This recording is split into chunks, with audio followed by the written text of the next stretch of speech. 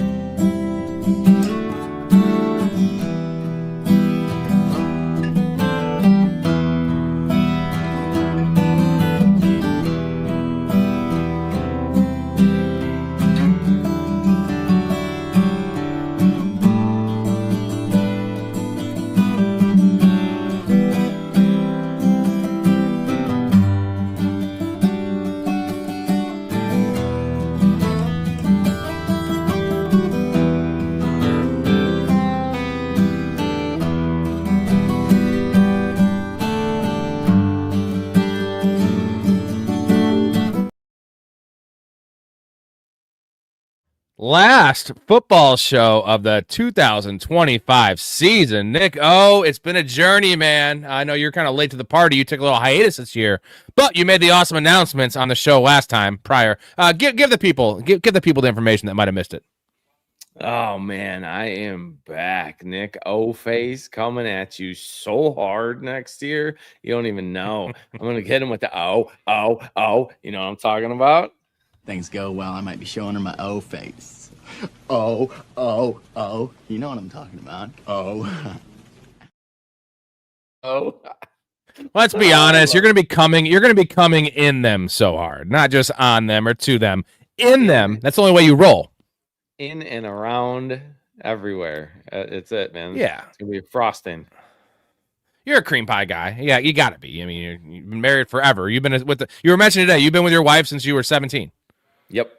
Yep, sure have, man. Over half my life, best part of my life. Been with her a long time, coming up on 18 years married, and that's all I know, man. I love it. What a nice guy. You know what? He's a very respectful man. He's a little buzzed right now. We met for a drink at around 3 o'clock or whatever, and you said you were already drinking. You said you got to meet me now, otherwise you won't be able to drive, and that was at like 3. Yeah, that was the soberest I was going to be the rest of the day. You know, you're so coherent, though. I appreciate it. I'm kind of similar where people can never guess how much I've drank just because I step up when it's like the lights are on. Afterwards, I'm like, I'm fucking hammered, but like I usually feel relatively sober on the show. There was a couple shows this year. I think one of the first the chug beer chug fundraisers I did, I hit like 8 goals, so I chugged like 8 beers and had like 8 before and was sipping the whole time. So at the end of that show, I was definitely like, I don't think I puked. It's been a while since I puked, but I was bordering. Sometimes I just make myself do it because you feel better. But I could see you as a guy that doesn't puke ever. No, that's not a thing. Doesn't. When's the last time? I go to sleep. When's the last time? Oh, actually, I had a stomach surgery in my early 20s, and I had to like relearn like how to eat, how to burp, all that stuff. Like I couldn't puke. Like I got the flu and couldn't puke. Like, never. I don't know, from drinking. Like never ever since I was 20. Shit. Yeah, you pound them back. You're a hard liquor dude, so that's impressive, man. That's impressive. Anyways, professional fanatic, professional alcoholic. And we're gonna start her off right. Do a little shooter tutor to start the show. Here, hold on, give me a second. All right, I got you. You knew it was coming. I got you. It was coming. That's gonna be our thing. We gotta start the show with a shooter. Let's go. Ready? Cheers. All right. Anyway, we're here talking about Super Bowl 60. Crazy at Super Bowl 60 in my house. Are you looking forward to this game? Like, I know it's a Super Bowl. I know me and you are both. We like the championship games. We like that weekend the most. There's 2 games. We like that the most. It's kind of bittersweet, like I always say, the fact that football's coming to an end. And although, as we know, football never comes to an end because we have the combine, we have free agency, and we have the NFL draft the next 3 months. And then we're into May, and in my case, I'm doing best balls in May. So, like, football is a 12-month-a-year thing. It's pretty close to a 12-month-a-year thing. If you get in with the, what is it, UFL now that they've combined forces. Oh, Jesus. Hey, football's football, man. Whether it's Friday night high school on a public TV station on an antenna, whether it's UFL, whether it's NFL, it's all football, buddy. I'm watching everything I can that I get a chance to. But as a whole, nah, man, not really looking forward to this game. Don't like these teams. I'm tired of the Patriots dynasty. It's been it's too soon. They're not supposed to be this good again yet. And being a Niner fan, it's real hard, man. But I gotta say, go Hawks, man. I'm rooting for the Seahawks in this one. Niners, got eliminated from the playoffs by them, and hopefully they go on win the Super Bowl. And I can say lost to the best team in the league, right? It's been an awesome football year though. Like this is one of the best. I know it's like obviously we always say that, right? It's recency bias. I understand that, but this was from top to bottom, beginning to end, one of the best football seasons I can remember. Just the parity. We didn't know who the best team was, right? We kept on going through the ways. It was always, it's still the Chiefs because of the Chiefs. And then, this is Josh Allen's year. And then the NFC, it was the Eagles for that stretch. And then it was the Rams for a long time. And it wasn't really the Seahawks till the end of the year. And there was still, Green Bay started the year looking like they were going to be amazing. The Bears had all the momentum there in the playoffs. So there was just so many teams. And the fact that the Patriots and the Seahawks aren't a surprise, but the Patriots made it out of this AFC. And you mentioned the thing about the Patriots, their dynasty and that we don't want to see them back. I brought up to Storey the other night about the Dan Marino thing, right? And Drake May. I love Drake May. I think he is the future of the position. He's one of the futures of the position, right? We were kind of redrafting, like talking about where would we redraft these quarterbacks, mostly just Caleb, Jaden, and Drake May. And I feel like the Patriots roster is still only like a B. Like they could be a lot better. But the Dan Marino thing, Dan Marino made the Super Bowl in his rookie year, right? And lost the game and never made it back. So the Drake May thing, I know people are like, well, he'll beat him anymore. And I was like, I don't think he will, just because the AFC has all the awesome elite franchise quarterbacks are in the AFC, and they're all pretty young. And like Drake May's one of them for sure, and he's the youngest of the bunch. But this is like they need to win this game. I know the game's a must win. You don't want to like take it for granted, but I feel like the Seahawks need to win this game. Where like the Patriots have more of a leeway with their roster and the age of Drake May. But like, is there a chance he doesn't go back after this year? I mean, with the AFC. Man, I don't think so. I think he makes it back. I think Vrabel's the type of coach to hold that team down, to hold everybody accountable. After this game, it's going to be a complete reset, right? Like we're back to zero. We're back to nothing. We got to do what we need to do again. The fact that they got where they did with such an easy schedule, like, yeah, take advantage of it. They didn't play a lot of good teams. I expect the other teams in their division to be better going forward. It's one of those to where this is their clear shot, but I think Drake May will push in the playoffs a handful more times, but you never know when you're going to get to the dance, dude. It's tough. So nothing's guaranteed. Do you agree though that the AFC, I know the NFC was a better conference this year. That was mostly due to the Ravens having the year from hell, and then also the Chiefs having the year from hell, and then Mahomes going down.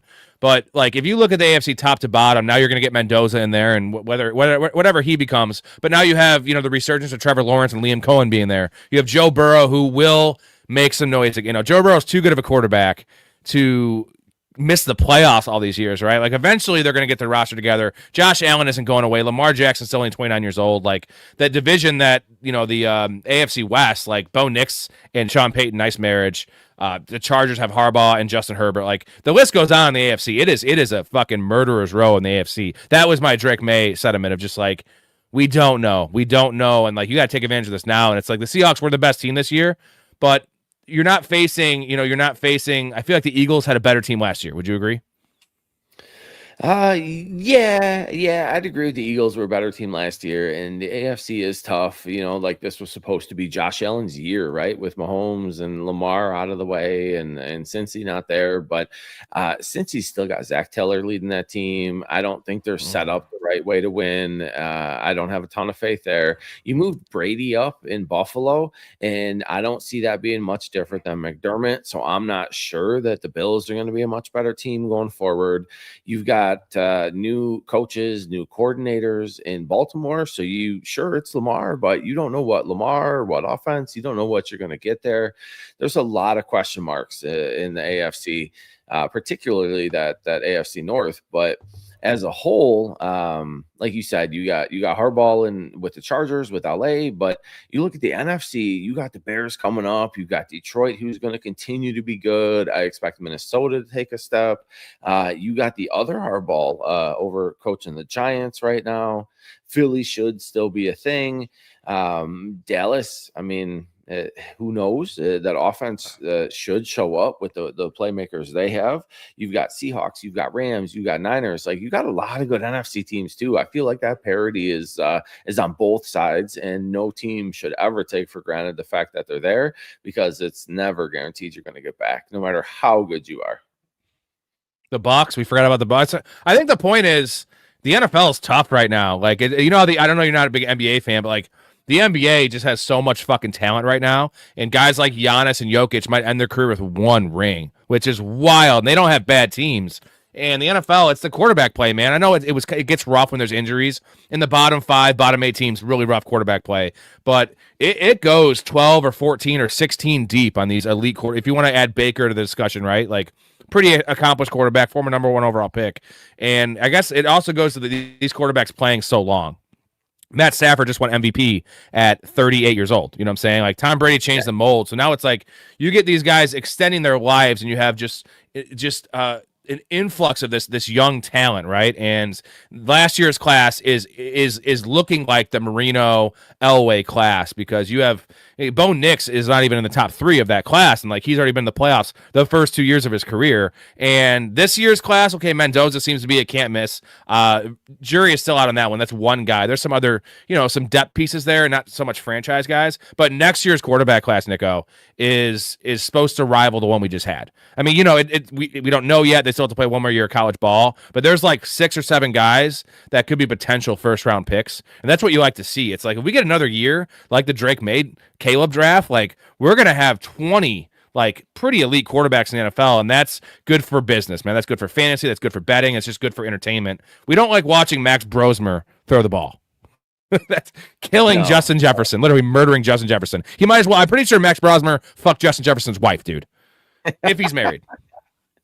He might have, and it's the quarterback play is the most important position in football, and I'm not going to take anything away from that. But these teams still got to build around them. You still got to have defenses. I think that's a big part of Bo Nix's success. I don't think he's a great quarterback, but Sean Payton knows how to use him.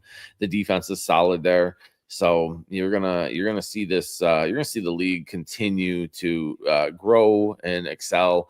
But you're gonna get that turnover at quarterback, same as you do at head coach, man. It's at 25% plus every year are brand new starters, brand new quarterbacks, brand new whatever. So it's constantly changing. It's fun. It's what's exciting. It's trying to keep up with it. It's trying to stay ahead of that curve, and watching professional fanatics in the off season leading up to the regular season is a huge advantage to anybody who wants to actually win in their fantasy football league. The draft is half of it and managing half of it.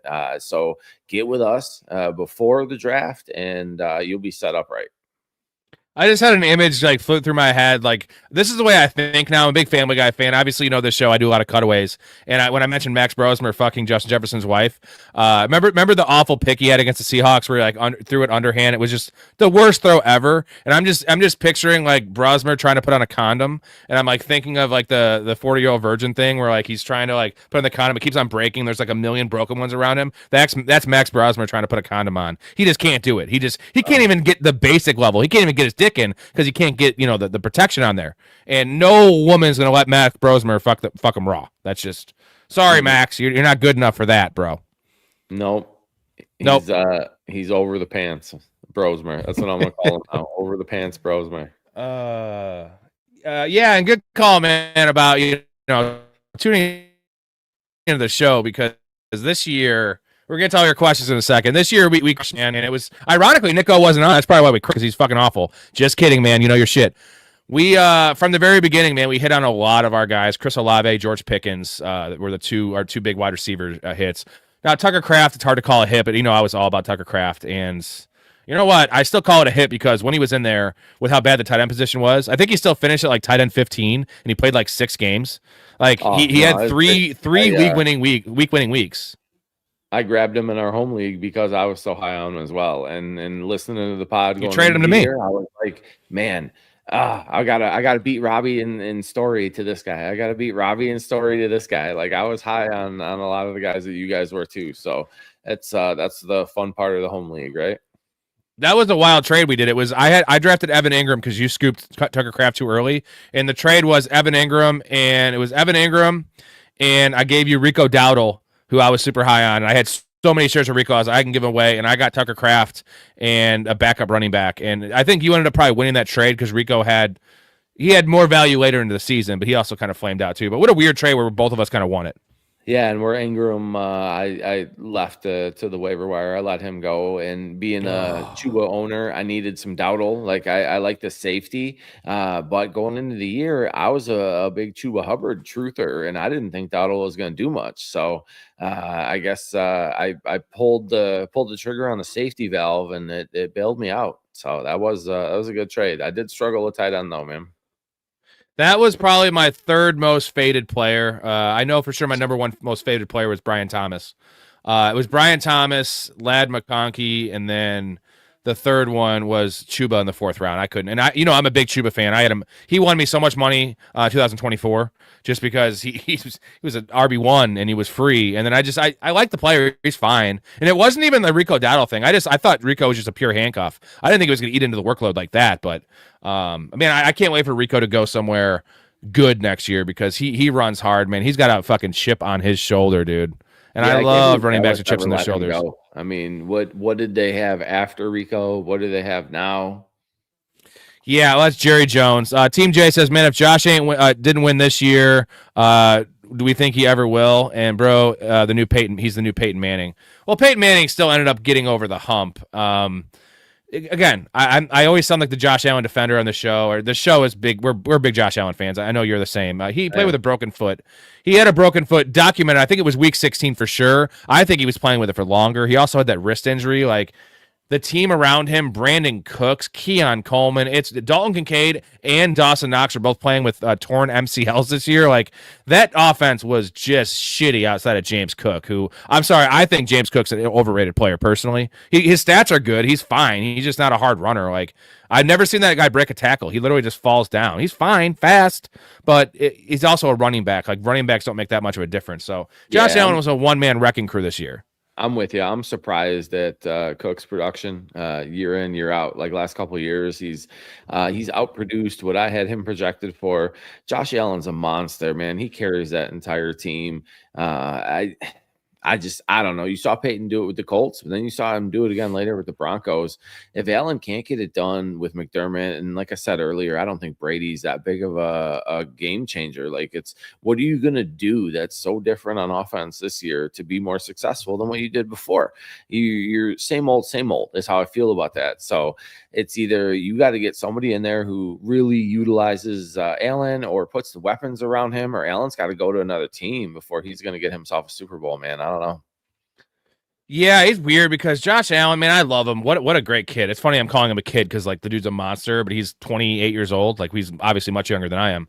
But and a lot of people gave him shit about crying. Like, the playoffs have been a gauntlet for him. They've been just such a big letdown for him. And this year, he lost that game for him. I'll say that. It was the fumble before the half, the other fumble. But these other games, it's not been on him. It's not been a Lamar Jackson situation where he just turned the ball over. Josh Allen, going into this game, 18 touchdowns responsible for 0 turnovers, and had not gone to a Super Bowl. Like, what else can the man do? He can't do anything else. And again, I'm not a big Sean McDermott fan. I still feel like hiring, like that was a lateral move with Brady. I think it was actually a bad move because they needed, if they're going to make that move, you have to make drastic change. This was not drastic change. And calling out Keon Coleman, the whole situation, the Bills just stinks. And Buffalo deserves better, man. They have some of the best fans in the NFL.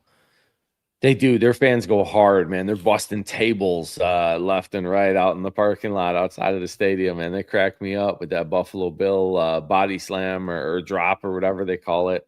You'll have to find a cutaway to some of those fans. That'd be a good one. But they're fucking awesome. Yeah.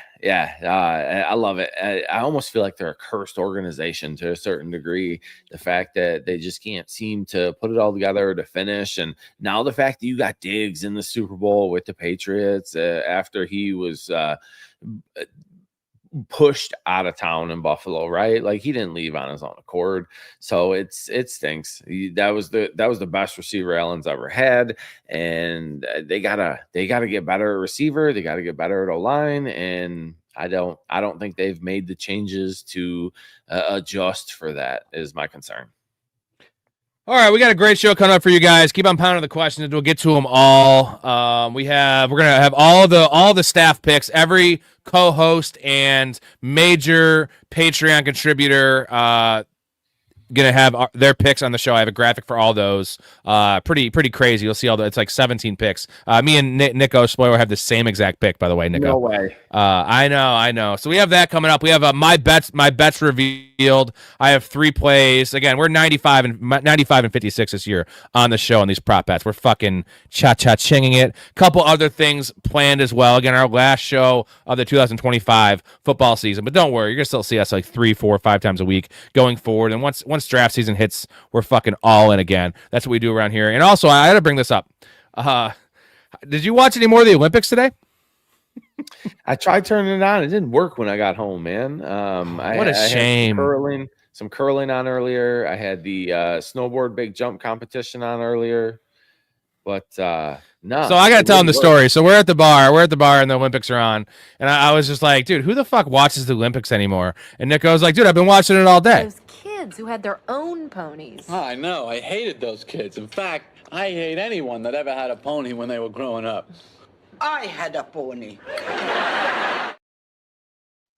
Like, I'm just like, I hate who watches the Olympics. Oh my God, it's gone downhill. And you're like, I've been watching it all day. I'm just like, fuck. I feel like an idiot because you're a very patriotic individual.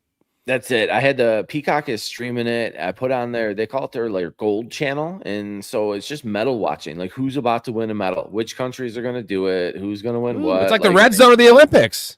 They jump from sport to sport. Yeah, dude, it is. It's red zone for the Olympics with the medals. And I came back home and it wouldn't stream on the TV in the kitchen. I got distracted, whatever. So I didn't see much this afternoon. But man, it was one heck of a curling match I watched before I came up to the bar. Jesus, dude. And for me, dude, it's nostalgia. I grew up doing it. You didn't have a lot of choices as a kid. For me, in my age, I wasn't streaming anything. I was watching what was on TV. And then it boils down to like, I want to win the most medals. Like USA needs to show out, man. Team America. Curling is like watching softcore porn. Like I want to see the dick going in. Look at this. This is Laurence Olivier and Othello. And this is James Earl Jones. Now look at how close they look. Look at that. James Earl Jones doing a great blackface. James Earl Jones has a black face. He's a black man. He's not black. Of course he's black. He was Darth Vader. Darth Vader was black? No, See, okay, there we go. Darth Vader was not black. They took the mask off. He was white. Clip. I fucking love that clip. I just love Sonny.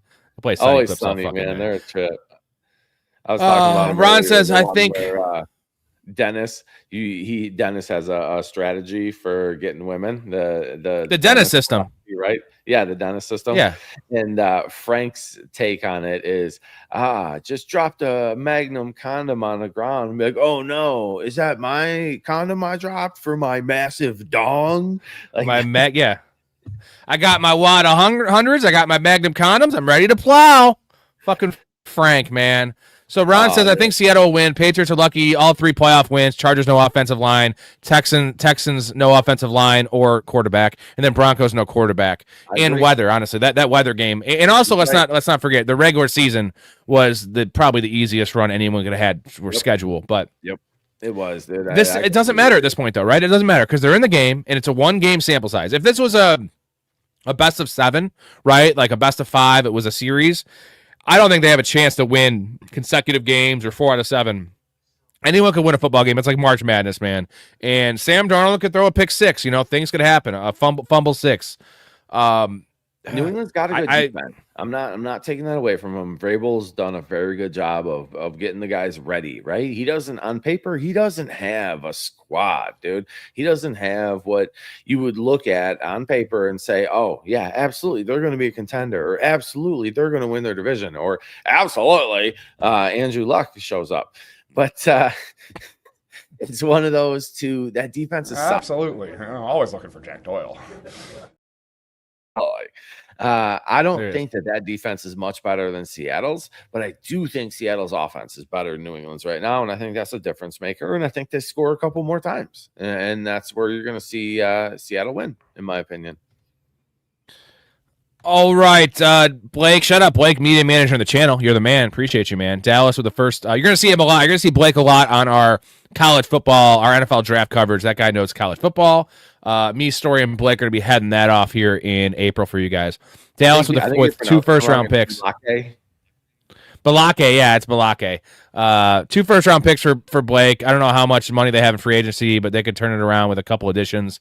Also, they have the 2 first-round picks, but I was talking yesterday or 2 days ago. This is Max Crosby. This is prime Max Crosby territory. And I think it's the Bears and it's the Cowboys. And I'm not saying the Cowboys defense is one player away, but the Cowboys offense is so good that if they can just, we saw it in the past, right, where they did lose in the playoffs. They had 2 great seasons in a row with McCarthy. If they just get a league average defense, right, with some playmaking ability, that's what it is, right, some splash plays, but just 14th, 15th, 16th on the defensive rankings, with that offense, which is going to be top 5, like they are the favorites in that division if they were to get Max Crosby, in my opinion. But they didn't do it with Parsons, and they moved on from him. And then you go and get Crosby, who is not as versatile a player, is not a I don't think he's I'd rather Parsons than Crosby. The guy can line up in different places. That's still going to make an impact in a lot of different ways. So the fact they didn't do it with him, I don't think they can do it. I don't think they're a Crosby away. I think the defense needs more than that. And then they move. Team J says, let's stop with the Cowboys talk. That's we're not Cowboys guys. Real quick, hot take. I think Max Crosby's a better player than Parsons. Parsons is a better pass rusher. I think Max Crosby's a better game wrecker in terms of the run game. I think he's a true defensive end where like he's more sturdy, man, and I see him making more plays. Similar to like TJ Watt, right? Where like Myles Garrett's a better player. TJ Watt's a better game wrecker. Like he makes those huge plays. Max Crosby gets a lot more strip sacks than Michael Parsons. Yeah, they're Ricky Bobbies, man. If they're not first, they're last, right? Like you get everything or you get nothing from them. And I'd rather have a guy who contributes more consistently, like a Garrett or a Parsons, personally. Mark says, what about Coleman's first game of the season? He balled out, and we thought, okay, he's that guy, and then absolutely fell off the cliff and ended up being benched. See, you know what's funny is I was a big Coleman guy going into the year. It's one of my misses. I didn't have him everywhere. I probably had like 8 shares out of 36 leagues in redraft, maybe 20% in best ball, which is still like way above market. And I had a really big parlay. It was a big parlay. I hit $10 to win 1,800. Keon Coleman was 40+ yards alt line. And he struggled to get that. He got that in the middle of the fourth quarter, and then he ended up having like 4 or 5 catches for like 120 yards and 2 touchdowns after that fact. So like if they had not got that ball back, if the Baltimore didn't go 3 and out with like 8 minutes left in the fourth quarter and they actually got a field goal, they would have gone up 3 scores. That game would have been over, and Keon Coleman would have had a typical Keon Coleman line of 3 for 40. So like I knew that was like kind of fraudulent, but he's gone. I heard some rumors to him with the Steelers. They're trading him. They have to trade him after calling him out. They have to. Yeah, I don't know what the trade value is going to be for him. I don't know what you're going to get. Oh, 6th round pick, 6th, 7th round pick, nothing. I mean, nothing. And he was a healthy scratch. How many games this year? 3 or 4. It was like 3. It was 4 out of 5 games. It was like 4. It was 3 in a row, and then he came back and played a game because they had injuries, and they had another healthy scratch after they actually activated him. So just really, really rough. And then they needed him for the playoffs because everyone got hurt. Shavers got hurt. They had 3 healthy receivers. They're over him, man. They're done with him. I agree with you. He won't be there. Maybe a change of scenery helps him, but maybe he doesn't practice hard. Maybe he doesn't do something behind the scenes that we're not seeing. So, Well, one thing I know he doesn't do, he doesn't separate. He's not a good route runner, doesn't separate. And on top of that, he's a no knucklehead. Like, he had a rough rookie year in terms of professionalism, and then he said he was going to, and he had a worse year, somehow had a worse sophomore year in terms of professionalism, missing meetings and just being very laissez-faire about things. And, like, you know what, Keon Coleman, you weren't a top 10 NFL draft pick. You weren't Marvin Harrison. You're not going to get all these chances. Marvin Harrison will keep on getting chances for 2 or 3 more years, just based on his pedigree, his name, and his draft capital, and what he did in college. Like, Keon Coleman, you went to Florida State. You were a second-round pick. Like, whoop-de-fucking-do. Second-round picks flame out of the NFL all day. I'll give you a bunch of first-round picks that flame out. Jalen Reagor was taken ahead of Justin Jefferson. Wrap your head around that. Where's Jalen Reagor at? Still muffing punts somewhere. He's probably muffing punts in the CFL. Blake, I bet you know. Blake, let me know. Jalen Reagor's on an NFL roster. Let me know where Jalen Reagor's at currently. We have Blake says if the Pats don't win the Super Bowl, they'll at least cover plus 4.5. My pick is actually not them not covering, but if I was going to bet it, I would probably bet plus 4.5. I feel like that's a lot of points. Blake says want to say Vikings. I get where you're coming from. I don't hate betting 4.5, but my pick's my pick, man. I'm gonna stick to it. I'm not gonna take the 4.5. That's why I only bet prop bets, dude. I don't fuck with the line, especially on the Super Bowl line, man. I've had bad luck in general on line bets, but like in the Super Bowl, I have not picked one right in a little while. I know I'm really giving credit to the show, but you know, I had the Chiefs last year. What a bad pick that was. Rager's on the Chargers now. He was in the Vikings. That guy's been jumping around the league. What a bad pick that was. You know what? They drafted him because I think Jalen Reagor went to TCU. He's one of those TCU flops that they all are. And he was 15th or 16th overall, and then Justin Jefferson went after him. You know what's crazy is this is how good the Eagles are, though. The Eagles overcame drafting Jalen Reagor ahead of Justin Jefferson and won a Super Bowl. Like, that's what, you know, your Niners, right? The Trey Lance debacle, which is much worse than that because that's a quarterback. And you guys have been competitive since. I know it helps to get Mr. Irrelevant and Brock Purdy. That really helps. It does, but that is one of the worst draft trades in the history of football, man. I'm not going to try and sugarcoat that one or defend that one. That was gross. That was a bad trade. Everything about that stunk. But end of the day, like you said, it's you take your 7th round quarterback and are successful with them. You overlook those things. You move past it. them. Made the Mitch Trubisky draft like that was historically bad just because we didn't. The point is we didn't need to trade up to get Mitch. We would have probably got him anyway, which makes it all the worse. But like we at least like if we didn't have the double doink, we might have gone to the Super Bowl with Mitch Trubisky. Like Trey Lance couldn't even see the field. He couldn't even see the field for you guys. And now he's just Trey Lance is like like all-time quarterback back in the day. Like Trey Lance is the all-time preseason quarterback because he always gets a fuckload of run in the preseason and plays amazing because he's just out there scrambling and beating these third-string linebackers. But it's done. It's done with him. Harbaugh's giving him the Kaepernick treatment. I got to ask you, speaking of Trey Lance, we had this debate the other day on the show about Anthony Richardson, and I'm apparently the highest guy in the world in Anthony Richardson. I'm the only one that's saying he has a chance. He's 23 years old, Nico. 23 years old for Richardson. Obviously, we know Trey Lance is done in the NFL. Like, he's just going to be a backup. I think Anthony Richardson can play. I think Trey Lance was overdrafted. I don't think he had the actual tools we thought he did. He wasn't as fast, wasn't as big. He had a big arm, but he was so raw. We've seen Richardson be somewhat successful in the NFL at 21 years old. And it wasn't great, but yeah, not very successful. And no, he was raw. You're getting beat out by Danny Dimes is tough. Broken orbital socket from stretching or something? Like it was a workout band. Okay, those things are dangerous. Be careful of those fucking things, dude. Yeah, that's why I don't fuck you up. I gotta protect my. Well, yeah, that's the point. Same here. Same here. Between that and Muhammad. Why the fuck would it be between that or Muhammad? Why don't you just pick a common name like a normal person? Muhammad is the most commonly used name on earth. Read a fucking book for one. All right, I want to get to our Super Bowl picks here. We can show those again later. Before I do that, I'm going to hit you guys with the intro, and then we're going to get to our Super Bowl picks and a couple other things.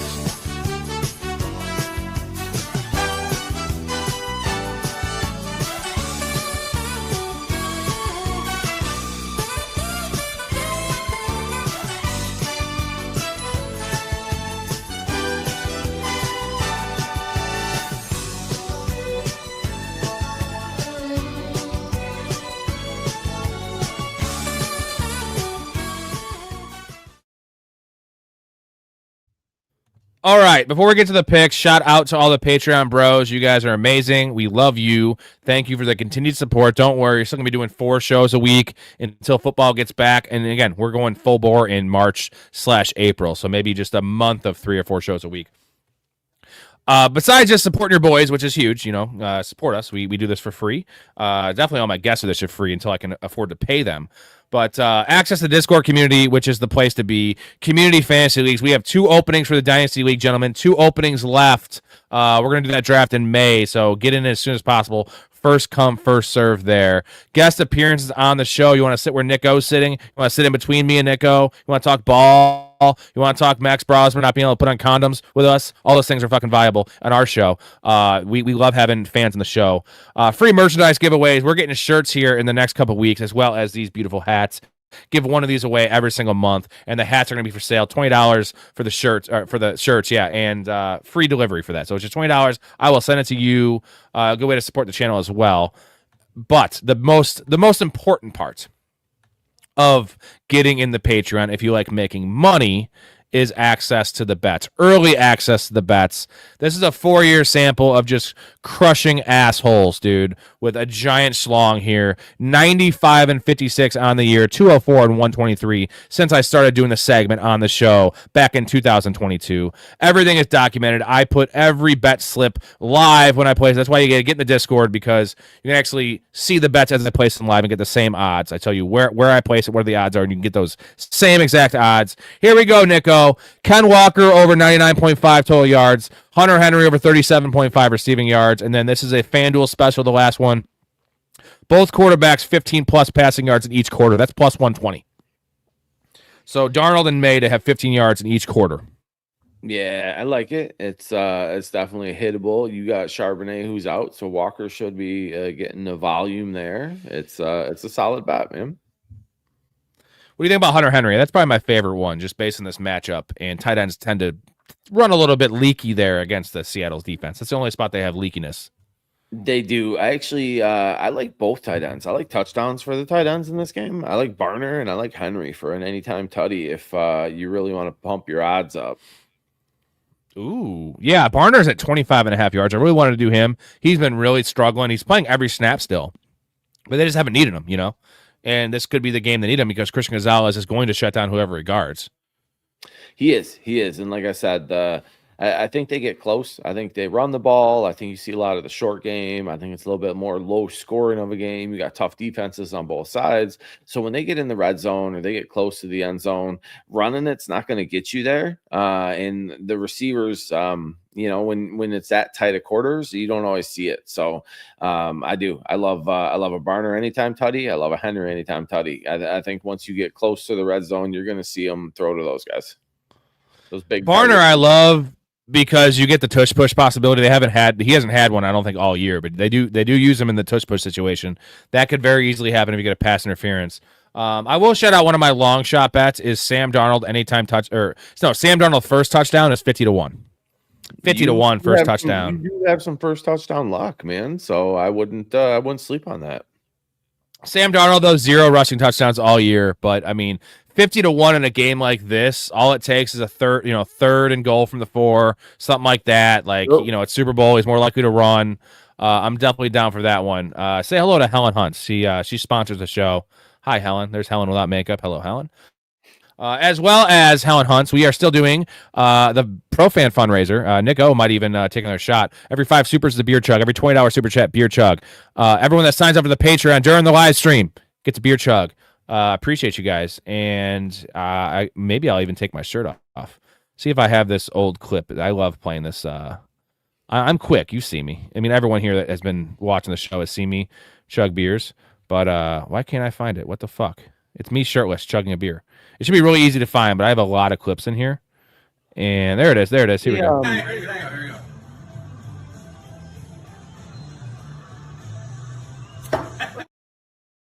No, that's way faster than I could ever chug a beer. You got me smoked. You can't drink beer because your stomach issue.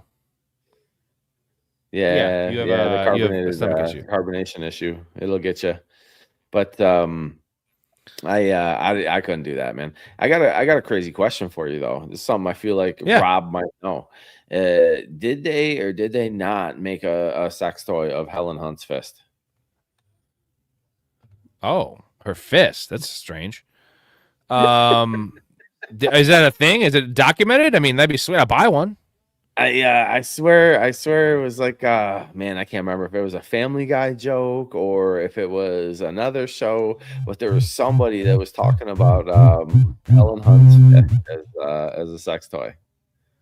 Damn. I can't Yes. remember. I know what you it can was, make though. you can make molds of your partner's vagina and penis. That's a fact. That's a thing they do. You can make sex dolls. There's actually sex robots now that are like $100,000. Like Elon Musk is making them or some shit. I'd be worried about the malfunction. You know what I mean? That's crazy. I don't want to get electrocuted by my. Well, here's the problem, dude. Is that this sexual generation, this younger generation, younger than us, right? Like they have no social skills, and porn's like fuck their mind up. Or like they don't get girls, they just like jerk off to all this crazy shit. And like I feel like they're gonna order so many. Like once like 20 or 30 years pass, the price of the sex doll, these sex robots are gonna go down, and there's gonna be like an influx of like everyone having a sex doll because it's easier than picking up a girl in real life. And like I don't know, I've seen Terminator 2, man. I know like Skynet's a thing, bro. So like the world might end because these sex robots take over the world, and it's just a bunch of fembots like in Austin Powers, like taking over the world, and like aliens are gonna come down here, and it's gonna be Will Smith, yeah, right? yeah, and aliens are gonna come down, and it's just gonna be a bunch of sex robots, and like just like like we're slaves to the sex robots, and Sounds that'd be awful, weird. man. I'll be the guy out there like going full Rambo, just smashing heads, dude. Would you fuck them too, though? You know, like No, might as well in a Rome, right? nope. I'm out. I'm just gonna end them. I'm gonna save the world, Rambo style, dude. Just go crazy, clubs and spikes and smashing everything. All right, let's get back to some questions, and then we're gonna get to our picks in a second. Jay says when Marino went to the Super Bowl in his first year, everyone said it would be the first of many. Same thing I'm saying with Drake May, and I'll be honest, like I like Drake May. Dan Marino is an all-time player, and Drake may very well be that, but like he's not Dan Marino, bro. He's not going to be Dan Marino. You know that's why Purdy wears 13. Is that right? Yeah, he's a Dan Marino fan. His dad was a huge Dan Marino fan, and he loved him growing up, watching him with his dad, whatever else, and that's the whole reason he wears 13 is because of Marino. Well, he's carrying on that legacy of not going to a Super Bowl. So far. Sorry, Nico, you Niners love. Yeah. Broken elbows, man. Stop you from Super Bowl. Yeah, Blake says, I believe Levis and Richardson both have a chance to turn things around. I've said this before. Yeah, same, man. And Levis is another one that he didn't have the talent Richardson has in terms of just sheer raw ability and size and strength and arm talent. But Levis is definitely a really talented dude, but he's just super erratic. You know what else Levis has? Levis has a mayonnaise-scented cologne. Really? Yeah, he loves mayo. Like, dude's obsessed with mayonnaise. And he made a deal with Hellman's to sponsor them and then made a cologne, dude, that smells like mayo and regerts. I don't even know what else. Why doesn't he fucking like focus on quarterback play instead of like being a fucking scent aficionado, right? A cologne guy. He's Money. trying to make that cologne money. Gotta get his money some way. If he ain't gonna get it by playing quarterback in the NFL, he's gonna get it from mayo cologne, dude. That's so gross to me. I don't like mayo. I'm not a mayo guy. No, it's grown on me. I ranch and mayo, I hated as a kid, and I can kind of like tolerate it now, but it's not great. What about Blake says, what do you got? Mayo versus Miracle Whip, man? Where's everybody weighing on that? Oh, I don't even know is it Miracle Whip like super cheap? Is it like used to like if I'm gonna have one, I prefer Miracle Whip, but I mean I don't Really? want either. I want mustard. But end of the day, mayo versus Miracle Whip is like a huge thing. Apparently, people get real staunch on either side of that fight. Huh. Blake says, how confident are you that Tiny Dancer will be able to run the ball against the Pats D, though? Well, the nice thing is I wouldn't take his rushing yards. I took total yards at 99.5. I know it's a high number, but he did have over 55 yards receiving last game. So like I feel like he's going to go to work. I know he's going to get. What would you put the over under on touches for Kenneth Walker this game? Over under on touches 15, 16? Oh no, it's 20 fucking 3, dude. No way. Well, his Vegas line is 18.5 carries. I'm saying overall touches. Carries? Yeah, bro, he gets every snap. Yeah, I guess, dude. I don't see it. They're gonna have who's the Humani? What's his name? I'm having a brain fart. Halani plays Halani. third downs, and it's mostly in there to pass block. No, I'm saying he gets like every carry. No, I like Halani. I have him in my fantasy team, my fantasy postseason team. But I feel like Kenneth Walker's going to get. I'll say this: Kenneth Walker will get 90% of the running back opportunities. So the question is, how many running back opportunities will there be for Seattle? I think there's going to be 25 because it's going to be, they're either going to be winning or it's going to be a close game. I feel like I don't think they're getting blown out in this game. No, they're gonna want to grind. I'll give you that, man. Maybe I'm a little low on it. 20 plus touches. I'll give you that. Well, if you like you should bet the under 18.5 carries. Blake said it might be 17.5. It was 18.5 for the Tiny Dancer.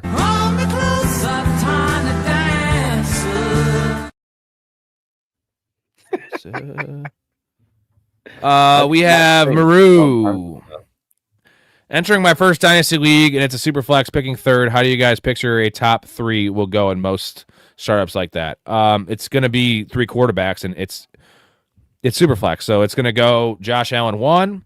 It's going to go Drake May 2.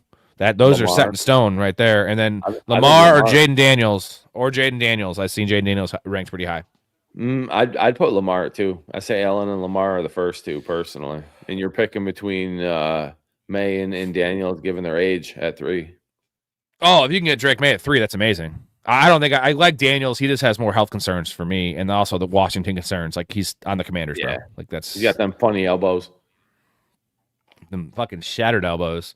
Yeah, Maru, you mentioned that before. You should definitely get in the Discord. We can help you through your draft, my dude, because Chaz is the big Dynasty guy. Every Wednesday night in the show is Dynasty Diner.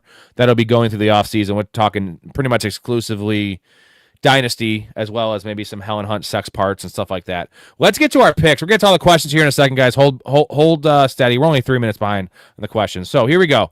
Staff picks for you guys. It's pretty wild. There's a lot of Seahawks stuff here. So we only have three people picking the Patriots. My dad's one of them, 24-17. Mouth of the South, 17-14 Patriots. And then Blake, shut up, Blake, media manager, 24-17. We have Hastings picking 27-24 overtime. That'll be the closest of all the Seattle picks, just based on the fact he says overtime. Me and you both have 23-17, Nico. Something to be said about that. A couple of professionals hitting the same guess. I like it. I'd bet that. My wife has 27-21. Mark, shout out Mark. I just saw he's in this chat here. Number 1 super fan, Mark. He got a 55-hour-a-week job here recently. Hasn't been on the show very much. We miss you, my dude.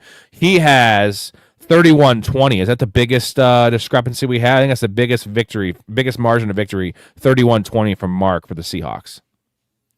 Yeah, it's a lot of points putting on that New England defense. We don't have anyone. That's the big. We have nothing over 10 points besides that, right? Everyone is projecting a close game. Patriots close win or Seahawks close win. So kind of scares me, and I'm surprised. Like we had a lot of people on this, but I bet this is going to be the same in terms of analysts and people on the pregame shows. Everyone's picking the Seahawks. Does that scare you a little bit? Because I'm pretty sure the majority of the money and everything was on the Chiefs last year, and they got fucking smoked.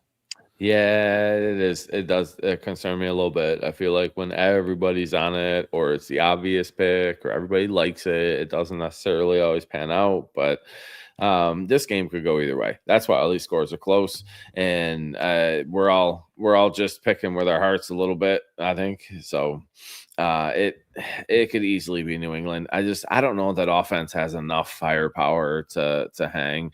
I mean, you've got Henderson and you got Ramondre, you got Diggs, you got Henry, you got May, who's obviously been doing his thing. But the level of competition that you saw New England play against all year long makes you question their ability against this stout Seattle defense. And that's where I'm at. I think that's the difference maker is Seattle's defense is going to hold New England down a little bit. maybe not as much as what Jason thinks. 10-7.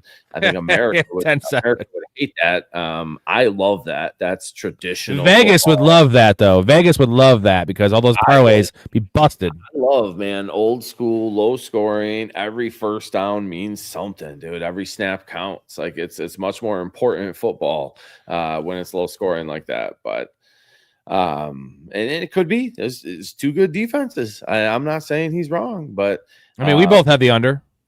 Yeah, yep. I'm going under. I like it. And most people here are at the number or under the number. Jay says, Rob, I put my pick in 23-12 Hawks. Yeah, I got it, man. That's a separate thing. This is just for all the actual like co-hosts and guests on the show. Believe it or not, we've had this many people on the show this year, and my wife has been on the show because we did. I streamed all of my drafts and all of her drafts. She was on like 4 or 5 of the streams way back in the day. So all of these people have actually been on the show. I know my dad wasn't, but I put my dad in here because he's my fucking dad. He was in the show because I played the clip. I played the clip of him calling he didn't like Step Brothers because they're a couple retarded gay guys. Remember that? Yep.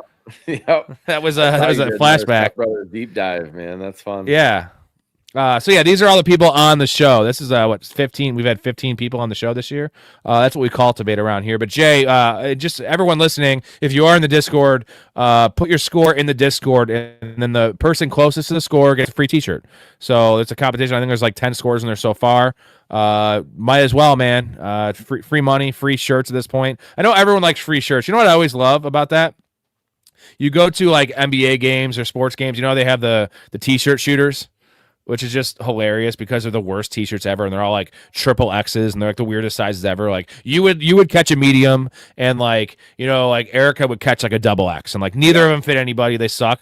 People fucking go crazy for that. They drop their kids. They knock people over for this fucking. The tickets cost $200, and they're fucking freaking out over a fucking $12 shirt.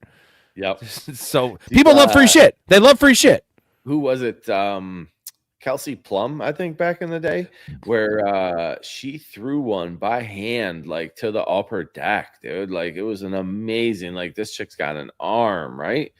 I don't know if you saw that video or clip back in the day, but she threw it, like I said, by hand, standing on the court, like up to the second tier, like just and I couldn't do it. Like I couldn't have launched it that far. Wow. So if you guys want to get into this competition, if you're not already in the Discord, it's awesome. Professionalfanatics.com, our link in the description. And Nick, I don't know if you know this exercise yet, but you know what we call the Discord in the Patreon? It's the place to be. What do you call it, Kramer? It was. Come on, Rudy. Come on. We call it the place. The place to be. Yes. Here you go. Admittedly, I didn't prep you enough for like all the little things. You know, you're coming in late this year. You're gonna get in full swing. I gotta make sure to tell you everything. Good. Tell me everything. Okay, they were both here. They were both inside me. Eduardo was in my mouth and Luther was in my butt. Oh my God, no! Don't tell me everything. What? No! What? Damn it, Bonnie. Eduardo who? Sanchez. Holy shit! Tell us more. Then Luther went in Eduardo's butt for a while. Tell us less. Tell us less. Then they both completed on each other. I was left out of the finale. Are you watching this Rise of the 49ers on AMC? Are you watching this show? I have not watched it yet. It's on my to-do list, man. I got to get to it. Haven't made time yet, but I'm excited for it. Dakota says, quote, I don't think I would have gotten where I did if I grew up rooting for the Jets. That's from Tom Brady. Does that mean it just showed him he didn't want to be? Because, goddamn, they've been awful forever. He'd just given up. He wouldn't have tried so hard. They brought us some joy, though, right? The Chad Pennington teams were okay, even though he was awful. And then, you know, the butt fumble is just etched in my memory. It's just a comical moment. Like, I put the butt fumble up there as well as Daniel Jones falling down on that carry. Remember Daniel Jones has the ball, like a 60-yard carry. He just, like, got going too fast. He just tripped over his own legs. What a great clip that was. Looked like a little Daniel kid. Jones has the ball. Yeah, that's just a kind of a microcosm of Daniel Jones' career. Although, hey, Daniel Jones balled out this year. Do you think that was a reflection of Daniel Jones or the situation there in Indianapolis, which is a good situation, right? it is a good situation. Change of scenery can help, but I'm not putting a ton of stock in that he could do that anywhere with anybody. And we'll see how he bounces back from that injury. But I'm not a Daniel Jones truther yet. I guess to kind of like go back on my Anthony Richardson comment, I've been saying this about how good Daniel Jones looked and how bad Anthony Richardson looked with the same exact coaching staff and skill players, which is pretty good. You know, Downs, Pierce, Pittman. Now they added Warren. Like, he didn't have Warren, I suppose, but like he couldn't hack it with that team. And Daniel Jones comes in there and 7-1, like and balling. He was balling. Dude, remember when everyone was just like Daniel Jones is a must start in fantasy? I never got there personally, but he was balling for like 6 weeks. He had nothing to lose, dude. He's just out there slinging it. I like it. What are they going to do at quarterback? Too, man. I got some love for Pierce. I'm hoping he comes to the 49ers this offseason. He's gonna get a bag, dude, because they have a decision to make. They could release Michael Pittman. They're not going to be able to afford Pittman or Pierce. So what would you do if you were the Colts? Would you prioritize? You know, Pierce is younger. He's definitely a pure X receiver and he showed some flashes of not just being that Marquez Valdez-Scantling like deep threat. He actually was running some big boy routes besides just like straight fucking verticals this year. But would you let's say it's the same money, you know, he's going to get paid. I think Pierce is going to make like $20 million a year, bro. Would you re-sign? Yeah, dude. Pierce has been sneaky good the last 2 years, and he's a young ascending player. Like his film pops, dude. Let's not forget. He came out of Cincinnati, not a giant school, but Alec Pierce had a 43-inch vertical, bro, coming out of college. Like that dude, I know, like it's funny, like he's white. He should be the blackest dude in the planet, Alec Pierce. Like his athletic, he should be called Jamal, dude. If I'm the Indianapolis Colts, I'm prioritizing Pittman. I think he's the true one, reliable, separates, will get the ball at the point, right? Contested catches, where Pierce is amazing and a deep ball, man. You can't take nothing away from that, but I don't think he's the cleanest wide receiver, the most pure wide receiver one between him and Pittman. I think they should prioritize Pittman. Let Pierce walk. But Pittman's just gotten his brains beaten in with his play style and kind of just the routes he runs. So remember last year he played through a broken back. This year he got banged up again. That dude is just always banged up, and it's like I don't want to call him not athletic. He's just a big guy. He's a possession guy. But a guy like that, I know Keenan Allen is the counter to what I'm about to say, is that he's kept on being really efficient through his early to mid 30s. But if Pittman loses a step, right, loses 10% of his quick twitch and his athleticism, like what do you have with Michael Pittman? You have a tight end. No, he's still he's such a clean route runner. He's going to separate just based on his ability to run those routes. And like I said, he'll high point them. He'll do what you need him to do. He is like a Keenan Allen type. I don't think he relies on speed where Pierce does, but Pierce is young enough that like he can continue to rely on that speed for a while yet. He'll be successful somewhere else. So you're keeping Pittman and you're just not paying Alec Pierce. Alec Pierce is going to make a fuckload of money. You want him on the Niners? Yep. I do. I like it. I think it's why don't you guys just re-sign? Why don't you re-sign Brandon Ayuk? He is signed. We don't need to re-sign him. He just decided not to show up anymore. So what are you supposed to do, man? People don't show up to work. You can only lead a horse to water. You can't make them drink. Is he officially like? Are they going to avoid his contract? Because I know it's in play just based on him having no communication with the team. Yep. He did not uphold his end of the agreement, so they're going to avoid it, and they're going to have some dead money still, but they're going to clear up a bunch of cap space, and he's going to walk and I think be a Commander. I think he's going to go reunite with Jaden Daniels. Yeah, Commander's like taking on your washed up receivers. Even though Ayuk is way younger than Debo, and he's not really he's mentally washed, right? Not physically washed. Too, right? Debo will be gone. He wore it down so hard, dude. For the right price.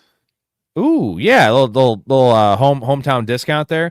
What in terms of the Ayuk details? I don't know if you know these, but so they're going to void his contract. Is that going to be voiding it from like this year on, as in like next year on, or is he not going to get his money from this year, or did he already get his money from this year? I think he got some from this year, but it's going to be a big dead money hit this year, and then it clears up a whole bunch going forward. He gave up a ton of money, man, like guaranteed money that is now going to be gone. Even his I don't know what you call him, life coach, whatever, is TJ Hushmanzada, and even he was like, remember the former Bengals receiver, right? I know Hushmanzada, yeah. Even he was like, I don't know. Like, that's my guy. I'm working with him. I'm trying to help him. I don't know why he would do this, why he would walk away from it. So even the people in his corner are questioning his decisions and his behaviors. And I saw a reel the other day with Michael Irvin that was like, Shanahan is legit, dude. He's a dog. He's the man. I don't know why y'all are not sticking with him. Like, I would do everything I could to stay with Shanahan is Michael Irvin's approach. So these receivers, dude, just giving up. From Debo wants to get traded 3 different times and they finally move on from him. Ayuk quits showing up. Like, I don't get it, dude. You got to, you know, it's bad when Michael Irvin's giving you professional wide receiver advice and like being a professional, because like, again, great player, literally should be in prison multiple times, stabbed a teammate in the neck. Like Michael Irvin, when he's calling you out, that's a problem. That's like OJ Simpson calling you out and being like, you got to be a better husband.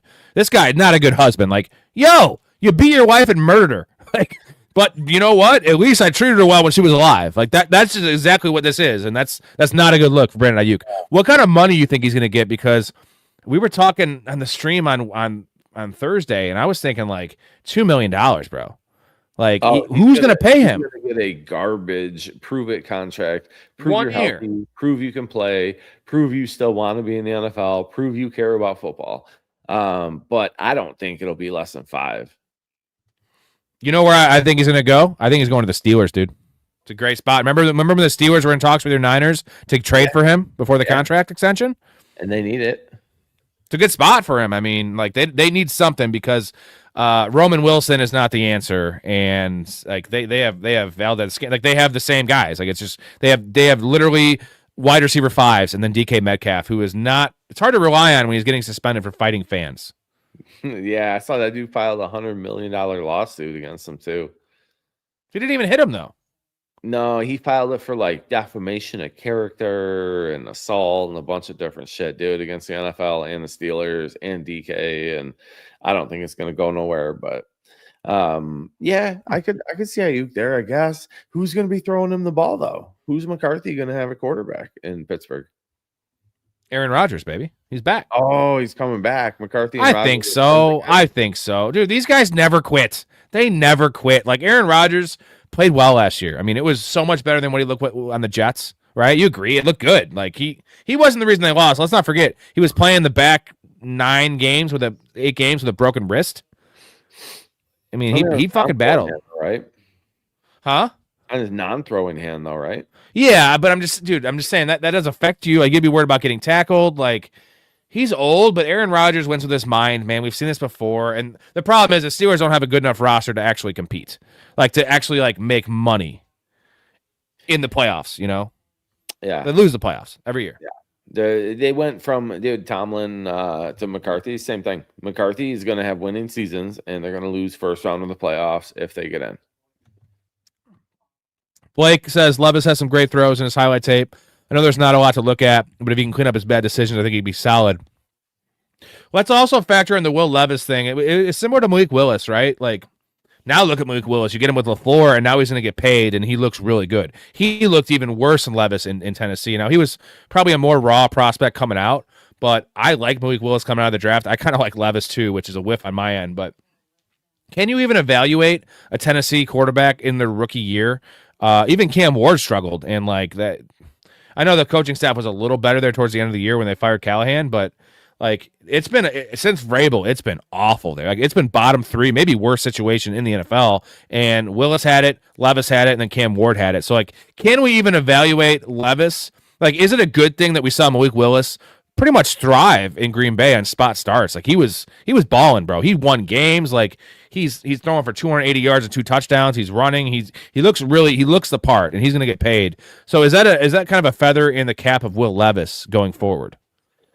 It could be, but I don't think you saw Willis making as many bad decisions, and I don't think you saw as bad a footwork. Like there was some mechanics from Levis that I think you can clean up, and if you clean up that footwork and work with that powerful arm, that dude's still got a shot, and that's exactly it. If Willis had a little bit better of a head on his shoulders, he was a little bit more in tune with the game than I think Levis was coming out the gate. And if he can go somewhere else and do it, absolutely, Levis can.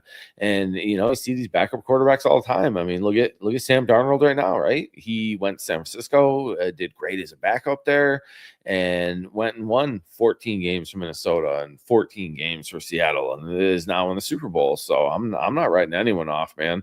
After he was seeing ghosts, and you see him and Baker both struggled big time in Carolina, and Baker's arguably top of that division and playoff bound, and got a squad around him too. So I think it's just the right fit, right team, right scheme, more than it is the player. Are you worried about the muscles from Will Levis? And I know it seems like I'm making a joke, but I'm actually not. And he's jacked, bro. He's jacked. And I'm trying to think of the only other quarterback that I can remember that was that jacked was Brady Quinn. And Brady Quinn was a pretty big flop in the NFL. And we don't want our quarterbacks to have giant biceps, and it kind of ruins your flexibility, right? A little bit, but I mean, you look at some of the more physical quarterbacks and the guys that are willing to run the ball, and they don't have big muscles though. Look at what Hurts is squatting, man. Look at Josh Allen, dude. That dude's built, But Jalen Hurts sucks. I mean, what are you talking about? He's not good. He's a successful NFL quarterback. I'm not taking that away from him, and then Levis can be that, but man, I'm with you. Like the old school thought is I'm not going to prioritize that, but the new school thought is maybe people put too much into it. Like Trey Lance, that dude was a physical specimen and had the highest ceiling, and that's why he got drafted where he did, and it didn't work. Didn't Will Levis have a sex tape get leaked before the draft? Didn't that happen? I have no idea. I want to watch that if it did, because he looks like a handsome man. He is a handsome man, right? Yep, probably nice body. Mayonnaise in the tape. Oh my god, yeah, it's a fetish porn with some mayonnaise. That's fucking awesome. Dakota says Nick O gets football as all Niners fans do. Let's go. Are you guys considered smart football fans? I know you are, and I know Dakota is. I don't know if he knows anything about the NBA. Wink, wink, Dakota. He knows what I'm talking about there. He hates Scottie Pippen, but I digress. Are all Niners fans typically really smart football fans? Because there's always good football there in San Fran outside of a couple years there in the early 2000s. No, man, there's so many fair weather fans when the Niners do good, and then they're super popular. I am not sorry, Niner fans, if you're one of them that doesn't know ball, but there are so many that have no idea what the rest of the NFL is doing or what they're up to, and I appreciate your love and support. Wear the red and gold and cheer them on, but by no means do all Niner fans know ball, dude. I almost, as crazy as this sounds, I would almost say shitty football teams, like bad dynasties, whether it's the Browns or the Jets or whoever, those fans know ball, dude, because they're in it for the love of the game. They're not in it for winning or for notoriety. They've been suffering. They've been paying the price, and those are the fans that I'm going to say the diehards, dude, rooting for them crummy teams. Those are the fans that I think know football. It's like if someone is married to a handicapped wife, they love her. I mean, it's a lot of work. You got to take her to the bathroom. I'm just saying, that's what the Jets and that's what the fucking Browns are. They're a handicap person. I'm not trying to talk shit about the handicap. I appreciate you guys. Thank you for your service. But, all right, I got to stop with this one. This is a little off the rails. I will say this: small cities generally have better fans, right? Minnesota fans, awesome. Pittsburgh, really knowledgeable fans. Where I'm a Bears fan, and Chicago's a big city. It's the third biggest city in the country. It's a prominent franchise, and you still see all these clowns dressing up as Ditka, which I get pop culture. It's fun, Mike Ditka, awful fucking coach. If you know football, you know Mike Ditka's a clown. You agree? You know Mike Ditka sucks, right? Oh, dude, the Ricky Williams debacle, right? Like I can't get past that. That just like solidified it, But even before that, he ran Buddy Ryan out of town. Like he was telling all of his players not to do endorsements, and he's doing more than all of them. He was just a clown. Like he was just a rah guy, and like that stick does not last. And I don't think he was a good player. Player though, man, I ain't taking great player. Great player and a good personality, right? I get the fucking sweater vest, but like the point is, these people that are doing they think Mike Ditka's God. It goes back to the SNL sketch, like who would win in a fight, Hurricane or Ditka? The Hurricane's name is Ditka. Like to think he was such a great coach, like Mike Ditka, not a good coach. Even worse as like a leader of your team because the Ricky Williams trade. We bring this up all the time. It's literally the funniest thing in the world I've ever heard in sports. You got your Williams jersey in the background there, don't you? I do, yeah. It's signed with resin, but like now the Deshaun Watson trade's probably the worst trade in NFL history. But like there was a lot of factors going into that, right? And like we didn't know that Deshaun Watson couldn't play football anymore. No one knew that. But like trading with the time that the Ricky Williams trade was made, right when running backs started to get devalued, like doing it then, it couldn't have been worse. Even if Ricky Williams was Adrian Peterson, it probably wouldn't have been a good trade. I mean, what did you give up his whole years of draft picks, right? Like that whole year, rounds 1 through 7. He moved up 11. They had the 11th pick, I think, and they moved up to 6, and they traded their 3. They didn't have a second round pick, I don't think. They traded 3, 4, 5, 6, 7, and then another 1 and another 3. So and they traded their first round pick. They traded 11. So they traded essentially two 1s, 2 3s, 4, 5, 6, 7 for a running back. No, that's awesome. That's awesome. Dakota got his hat. Appreciate your support, my man. He's a fanatic on the Patreon. So we love you, Blake. Thoughts on Rashid Shaheed first touchdown?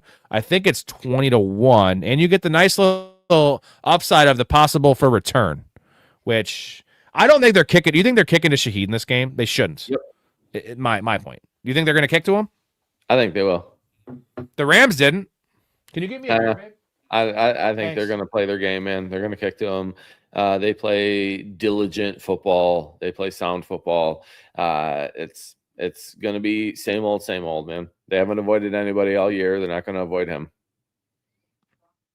All right. Well, that helps with a Shaheed first TD. I prefer Sam Darnold just because the 50-1, but 20-1 is juicy. I like it. If I had to pick, I mean, man, I almost think Tiny Dancer for first tutty if I had to pick one. Ooh. Well, yeah, that's not. It's like 3-1 odds though. Not worth it. Yeah, no, I get it. No. I only do like long shots, like definitely for parlays, but like I like going for broke. You know what I mean? And I have not been too successful. Like I hit like 3 giant parlays. Like I hit 1 week 1, 1 week 4, 1 week 7, and I have not really hit any since then. But I'm that was like $3,000. I only do like $5 or $10 on them, so like I'm still up a lot. But like the well has run a little dry. How about what's gonna happen? I'm having a brain fart, dude. The corner from New England, is it Jones that returns punt? Ooh, there you go. That could be a nice one. Right? That might be like 80-1, right? Because he's a defensive player. You can get a pick 6. Jones house one, start the game. Mm-hmm. Or a pick 6. You can get it on defense. See? Damn. I wonder if that's even listed, though. Blake says, have to look. Chad Johnson was asked about Leggett. He said he's going to be working with him in this offseason. Excited to see how that works. Coker, Tet, and Leggett leveling up would be solid. We both love Leggett. No, that was me and Storey. I don't know. We liked, fuck, I don't want to say this on air. We liked Mingo. I mean, you and I did, man. You and I did like us some Mingo. They can't all be hits, my dude. Leggett, I'm surprisingly high on Coker, dude. I think it's T-Mac and Coker going forward for sure. Yeah, but Leggett was a first-round pick, man. He's super athletic. Yeah, he just has not looked like that player on film. You know what I'm saying? He hasn't looked fast. He's definitely not looking agile. He hasn't looked strong. He just looks like a guy. And that's not the thing. That's not what we signed up for. No. Hey, brother, I got to take a potty break. You want to answer some questions while I'm out? Yeah, I can take care of it. I get a little nervous doing it by myself, but I can see if I can hold it down. I'm gonna turn into the Simple Jack back while he's gone because I don't have someone to throw questions off of. Like, you make me happy. Simple Jack, the story of a mentally impaired farmhand who can talk to animals, was a box office disaster that many critics called one of the worst movies of all time. Got a good brain. I think you've got a fine brain, Jack. You make me happy. But now the question is, can speed... Oh, all I see is this fucking Niners banner shoving it in our face. I have hope for Leggett, man, and I have hope for that whole offense. Gotta see what they do at running back, especially. I don't think they can afford... They can't afford to bring back Dowdle. I think he's going to get paid like 10, 12, 13 million a year. And there's a lot of running back needy teams, not a great running back class. So they'll roll with Chuba. They don't have a tight end, so that's a nice advantage there. But Coker, man, if you guys remember, like week 5, I was telling everyone to hold on to Coker. And it took a long time to materialize, a long-ass time. But it really did, culminating in that awesome playoff game. Awesome playoff game by Coker. So he's totally back from that injury. Big fan of him. And I'm curious to see how high Tet's going to go next year. I think he's going to be over my price range. I'm seeing like wide receiver 13. Now, I don't want to draft a receiver borderline wide receiver 1 cost with Bryce Young playing quarterback. I don't mind Bryce Young, but like I am not paying that cost. I like Tet's talent. He surprised me. I was not super big into him coming out of the draft. I thought he had some motor concerns and just motivation stuff, but he looked good and he actually dropped a lot of passes this year. Like they were focus drops, right? They weren't, I don't think it's gonna be a chronic thing. I don't think it's gonna be a Quentin Johnson problem. He's clearly way better than Quentin Johnson and more ready to the NFL than Quentin Johnson was. But yeah, Tet, what are your thoughts on Tet McMillan? Because I was just saying, I think he's gonna be like wide receiver 13 next year in redraft. That might be too high for a Bryce Young weapon. Yeah, I like T-Mac. He's fluid. He's got good reach. He's got good hands. Like, fantastic receiver. I'd have him that high on some teams, but like you said, not with Bryce Young at quarterback, man. Maybe down at 20, 25. This CJ Stroud Bryce Young debate has just been a yo-yo, dude. Hey-o. Hold on, give me a second.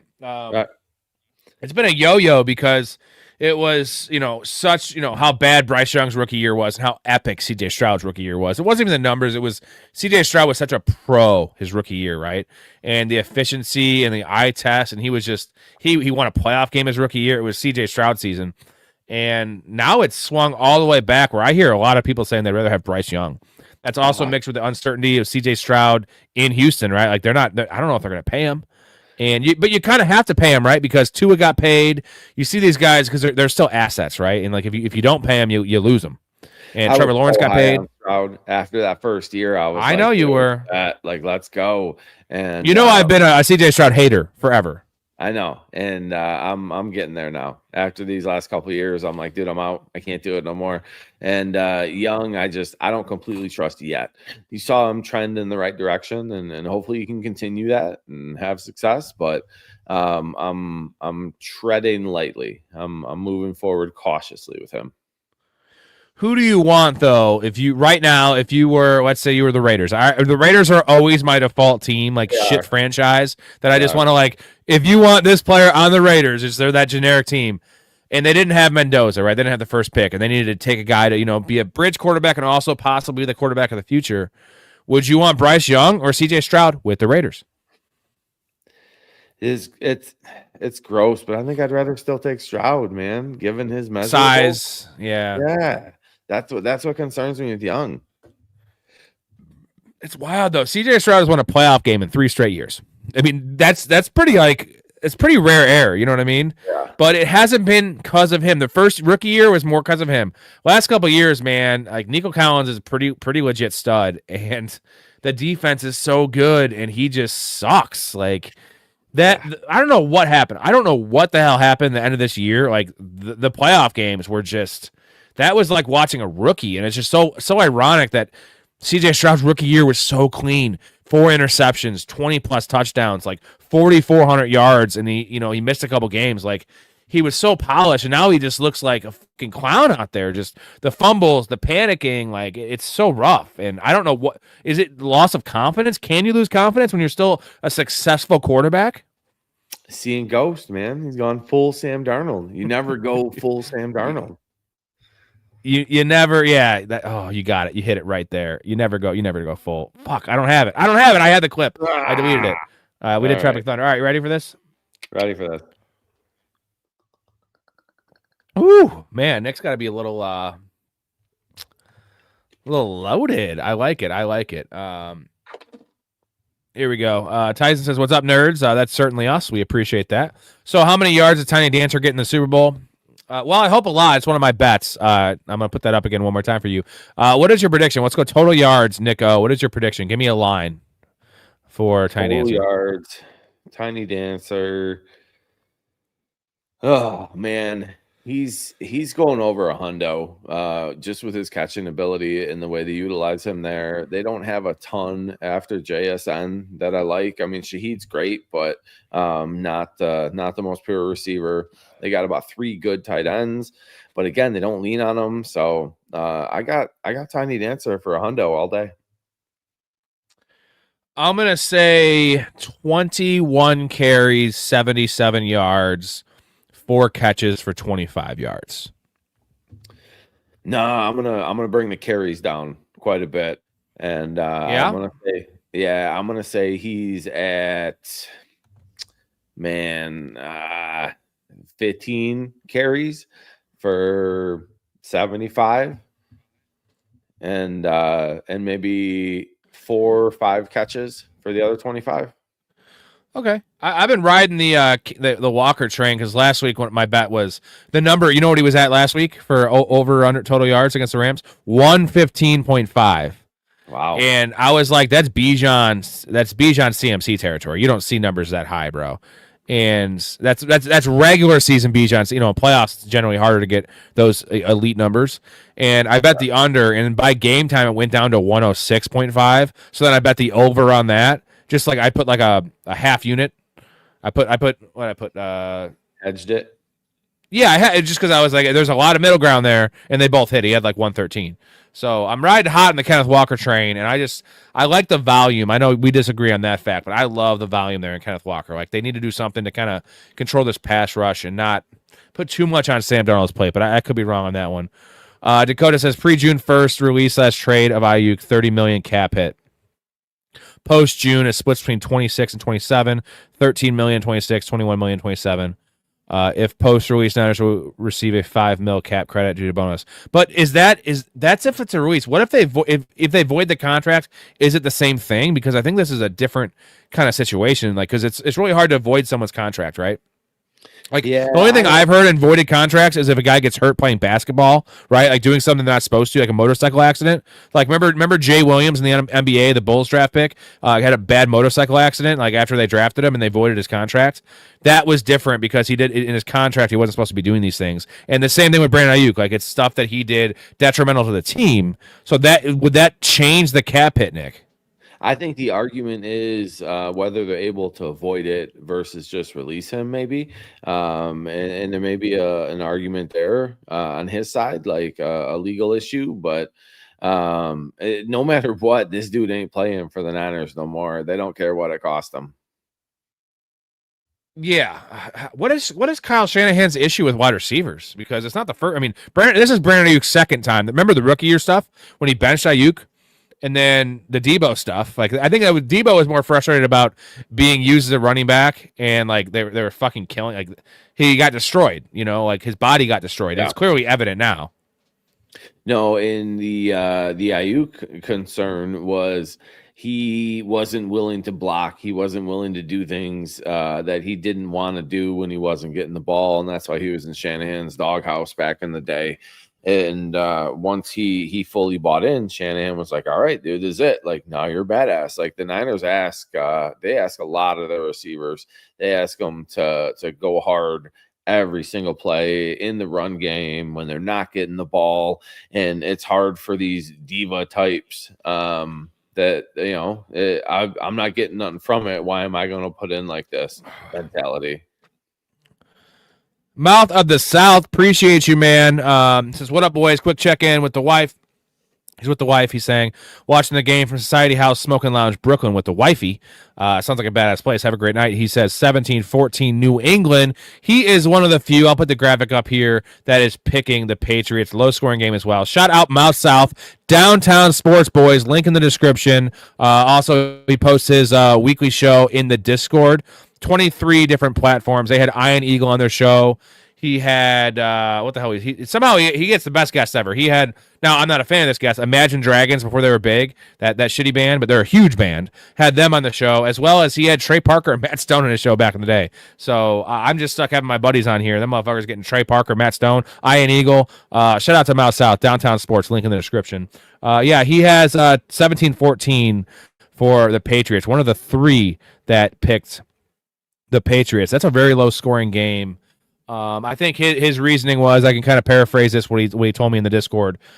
He said that the Patriots have the best defense that the Seattle's seen, maybe all year. And I'm not the biggest believer in the Patriots defense. I feel like they're above league average. They're playing really well, though, Nick. They're playing really well. I think they're playing above their talent level.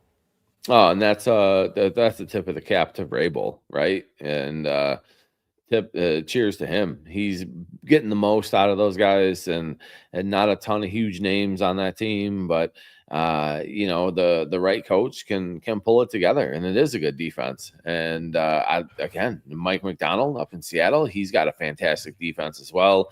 You saw Saleh in his first year with the Jets really turn that team around and make an amazing defense. And you saw D'Amico Ryans with Houston, right? And so you get the right head coach in there, and it's a 1 year turn and burn, man, getting a really good defense if you got the right coach.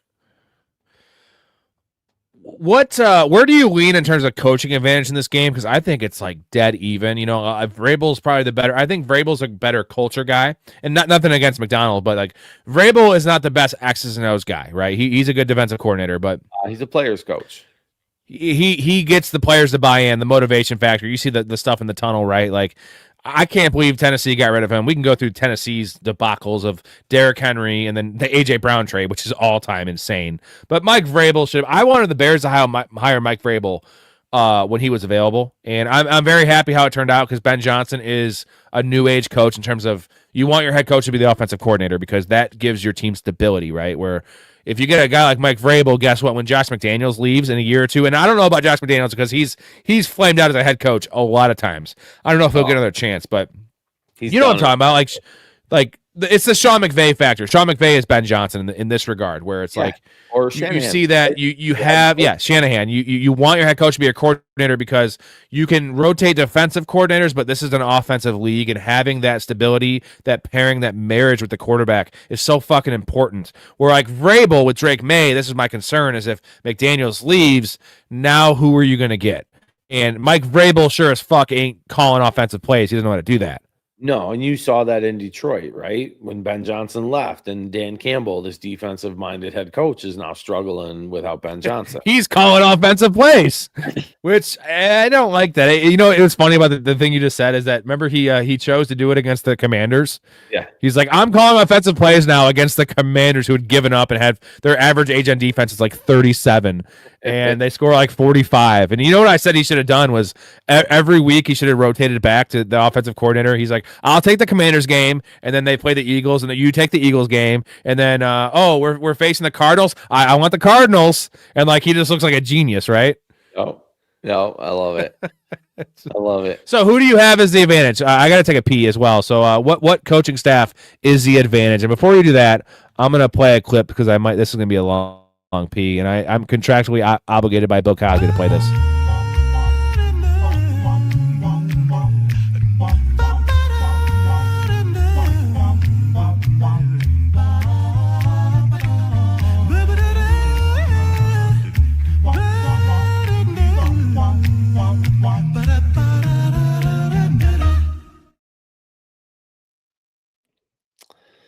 Contractually obligated. I don't know about all that, but as far as answering the question, I'm going to get after it, even though Rob ain't back yet. I think it's Seattle. I think Vrabel gets his guys going. Vrabel's obviously been there before.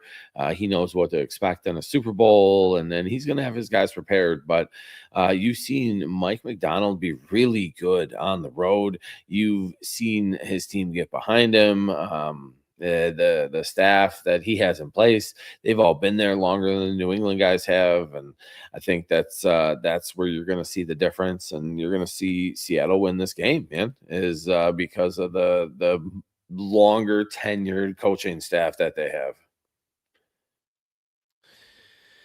I tend to agree with you. I actually owe a chug because I changed the goal just to one $5 super chat. Gets me a beer chug. Times are tight around here. Not a lot of people watching the show. Got to do what I got to do.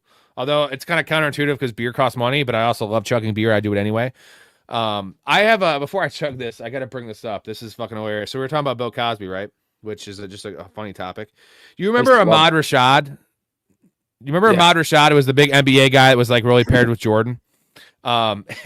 Do you know this is the funniest thing ever? I wish I had the picture. I wish I uploaded the picture on here. Do you know who his groomsmen were in his wedding? Ahmad Rashad?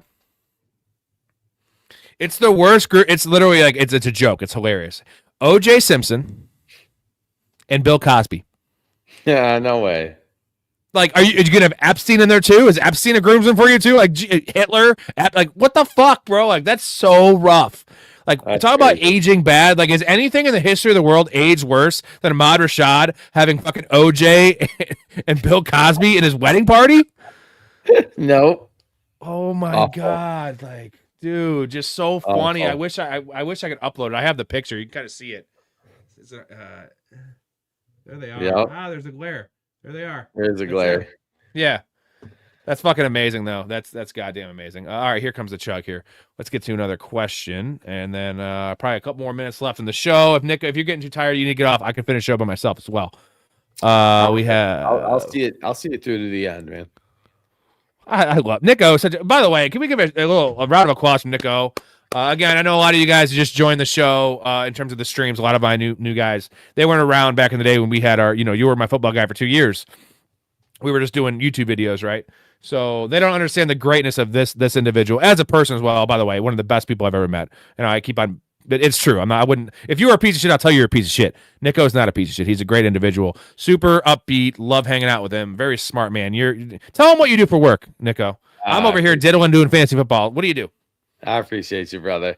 I am a certified aircraft mechanic who has now specialized in non-destructive testing and responsible for the FAA compliance at our facility, as well as training and qualifying the inspectors beneath me. So a lot of quality assurance going on. I know Boeing saw some hiccups in the last year or so, but they got that straightened out, and happy to say, man, I'm part of that and keeping them squared away going forward.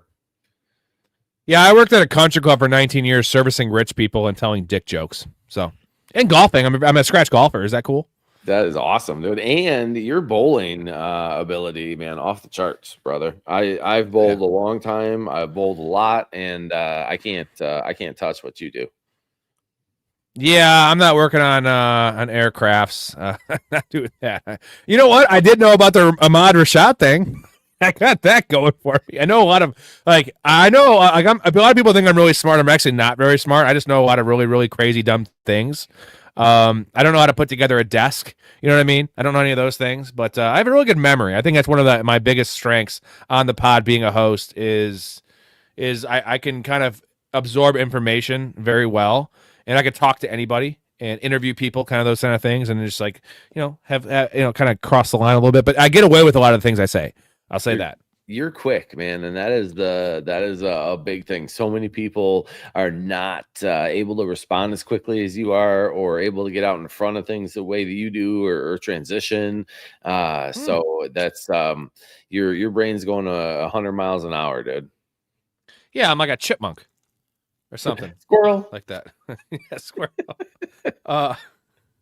No, I do tend to get away with a lot. Like, even at the country club, right? You got a bunch of rich, like even like I always work ladies' day, and I'd say I remember one time it was this is a fucking throwback, but it was Mother's Day, And I wish everyone's a happy Mother's Day. You know, I have 2 sisters and a mom, so and a wife. So it's like I respect women a lot. And I respect the duties of a mother and just all the bullshit that comes along with being a woman that we don't have to deal with, right?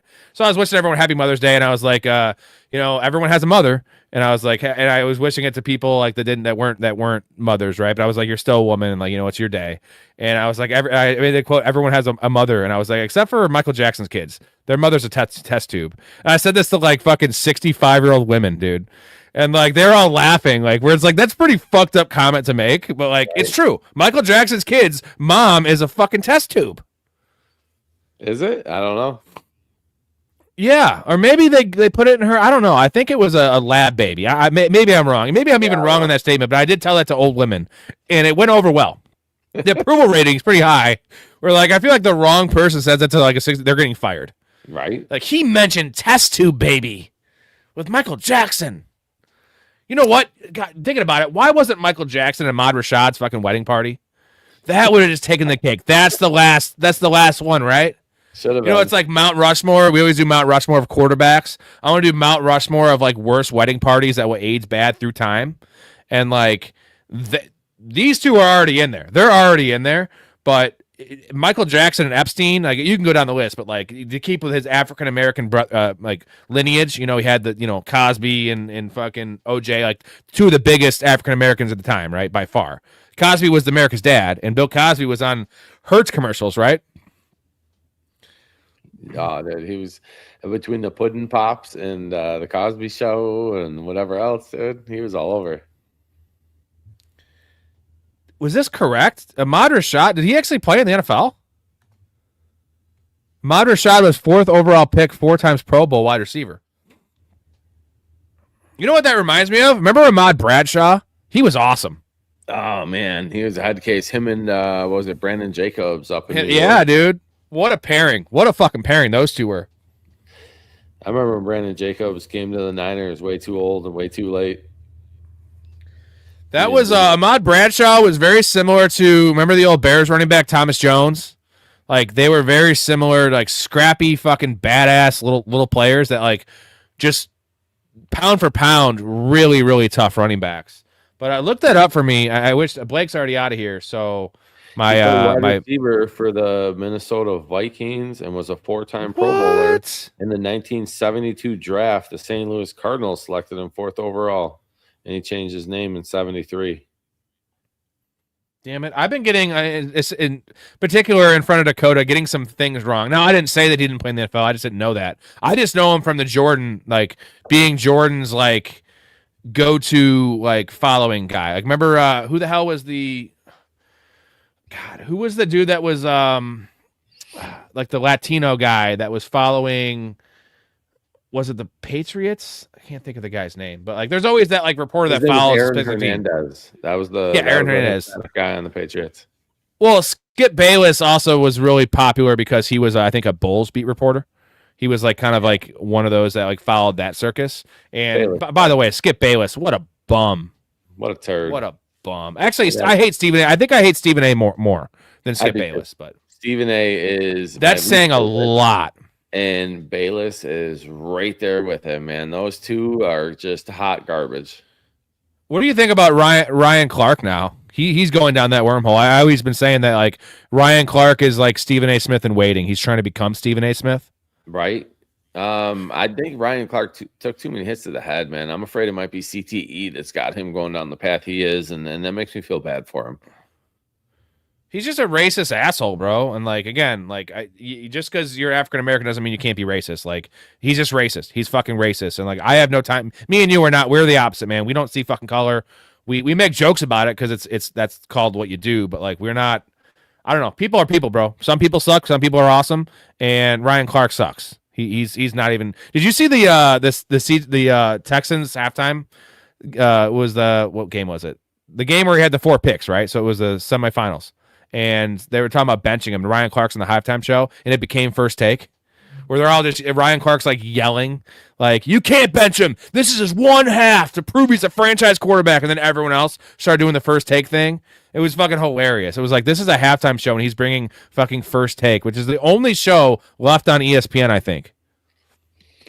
I wonder if ESPN's gonna die. Like, you know how MTV's gone now, right? So like, yeah, it is. It is. Unfortunately, I remember watching. I absolutely watched music videos on that channel for quite a few years when I was younger. And Clark, isn't Clark the one that like lost his spot, dude? Where he was like, I all of a sudden like forgot what he was talking about and didn't know what to say.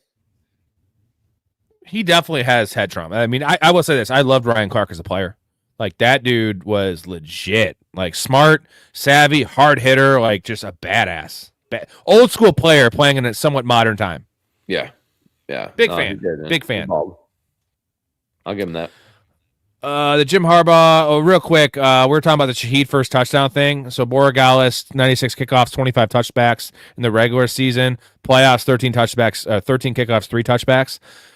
Well, the thing is, with the new kicking rules, though, it's not if you can get a touchback; it's if you choose to kick it out. And the Rams clearly decided not to. So it's not like back in the day where Robbie Gould was incapable of kicking it to touchback range. It's will they kick to Shaheed? And I think they shouldn't. I know you think they should. I'm not fucking with that. Ask the Rams. Now the thing is, they have a better special teams unit than the Rams do. But like, I don't know, man. I don't want to fuck with a game that's 4.5 point spread, pretty evenly matched teams. I don't want to give them a free touchdown. I want to make Sam Darnold beat us. That's my thing. If I'm Mike Vrabel. Yeah, but I don't think you want to send the message that we're scared of anybody on the other team, and we're gonna play our brand of football, and we're gonna kick it to them, and we're gonna stop them, and that's the message that I think he wants to send.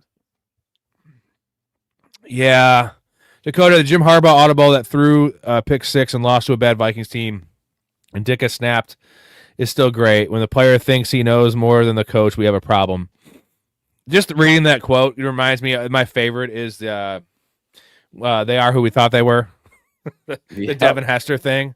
Dude, I just saw a clip. I was watching just some random YouTube video. And that game, man, Hester had 2 returns and we had a fumble 6. Like that was that Bears team for like years and years, but that team that year in particular, like we had 21 points. I think it was all 21 of our points. So we won 21-20. Was 2 special team returns and a fumble 6. Yeah, that's crazy, dude. Like, did you see the stat earlier this year? Which current NFL head coach has more rushing yards than Bo Jackson? Who was that? You tell me. Sorry, say it again. Sorry, I was reading it. Head coach. So somebody who's coaching head coach right now in the NFL, he has more rushing yards than Bo Jackson in his NFL. It's not a lot of yards because Bo Jackson had like 3,000 rushing yards in his career. Less than that. Long. 2,800. What was it? It was 2 something. What currents? But they were. Is there a running back? They were asking a bunch of head coaches, and none of them knew it, dude. None of them knew it. Like none of them gave him credit. And then even his own brother was like, "Man, I'm sorry, I didn't know that, Jim." Who is it? Just tell me. Harbaugh, the guy you got the comment right there made me think of it. The Jim Harbaugh comment. Get it. Jim Harbaugh has like 7 more rushing yards in his career than Bo Jackson does. That's crazy, dude. Like John Harbaugh was like, "Oh, I'm sorry, Jim, I didn't know," and like McVay and a bunch of other coaches were like, "Dude, I could like." You're not thinking Jim Harbaugh rushing quarterback extraordinaire, right? No, but he played long enough, and he was such a gritty dude. Mm-hmm. Bo Jackson is just like the Nirvana. That Nirvana had 3 albums, and like they're just so huge. Mostly just because Kurt Cobain blew his head off and they made him go to the stratosphere. But like Bo Jackson, like you said, 2,500 rushing yards in his career. Like he didn't play much. He got injured. Baseball, he had a lot of splash plays, right? The catch where he climbed up the way, he ran like around the wall like Spider-Man, and some of his home runs. But like in terms of body of work, it was a short career, but it wasn't great. But like he's clearly the best athlete probably of all time. I mean, it's not even debatable. Deion Sanders is right there too, bro. No. Deion Sanders had better stats, but like, dude, Deion was just really fast. And like, Bo Jackson was he's LeBron James. He's a physical freak that we've never seen before. But like, Deion was just very fast. He had better stats, but like, well, I'm saying athlete. Man, look at all the interceptions that he had that year. But Bo Jackson ran didn't Bo Jackson run like a 4.3 and he was like 230 pounds? Like back in the day before sports science, right? Before everything was cultivated for the 40 and like, you know what I mean? And like, imagine if Bo Jackson took steroids. Would he just explode? You know, like just because I'm pretty sure Bo Jackson was clean, bro. Like this is all natural. Bo Jackson just came out the womb like fucking muscles. You know what I mean? Like just ready to go. Bo knows. I love it. I wish he'd had a longer career. That hip injury, I still fucking mess with my head because I'm gonna compare the hip injury for Bo Jackson to Dale Earnhardt's like death.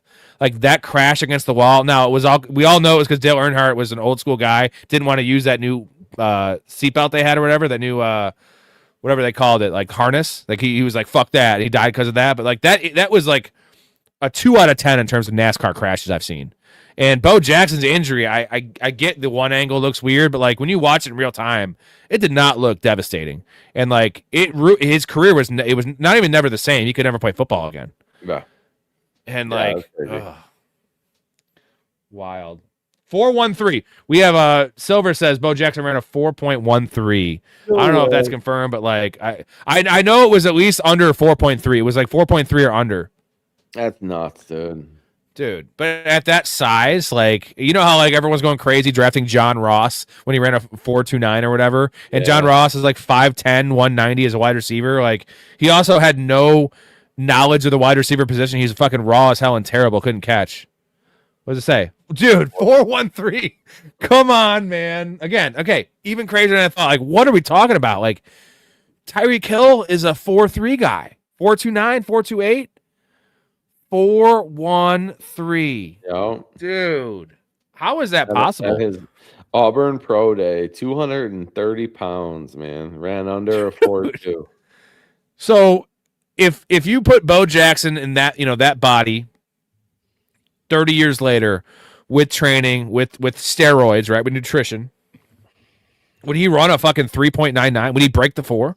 Like the 4-minute mile was like a thing, like that makes me believe, honestly, with what we see in the NBA with Victor Wembanyama and Giannis, some of these, how that like the athletes are changing, and like the NFL hasn't quite got to that point, just because like height in the NBA is everything.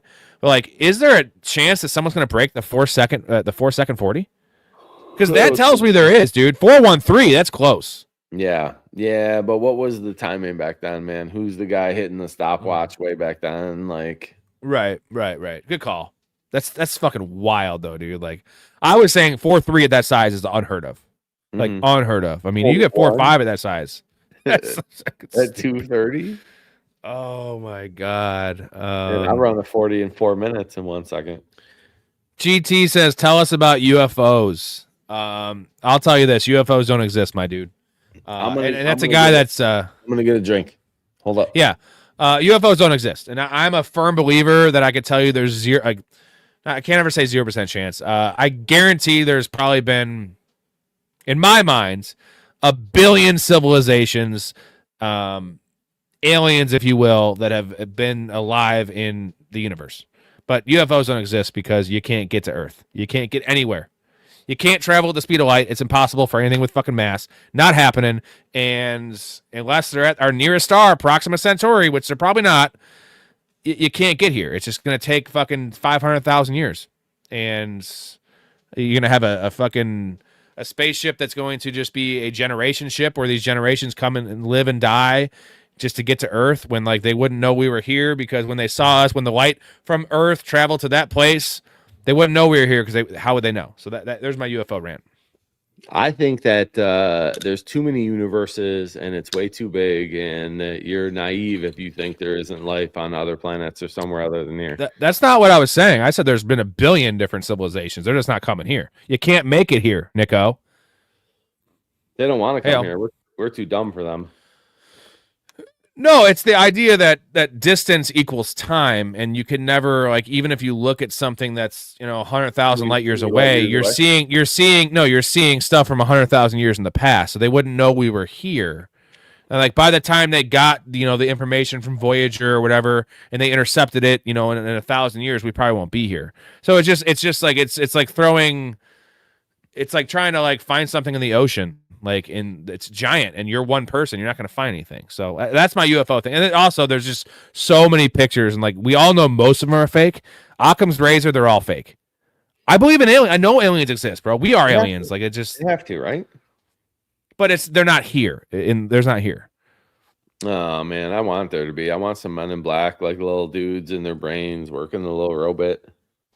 And if they could come here, unless they were like testing us, they want us to see them. Like we wouldn't be able to detect them because of the technology required to have interstellar travel.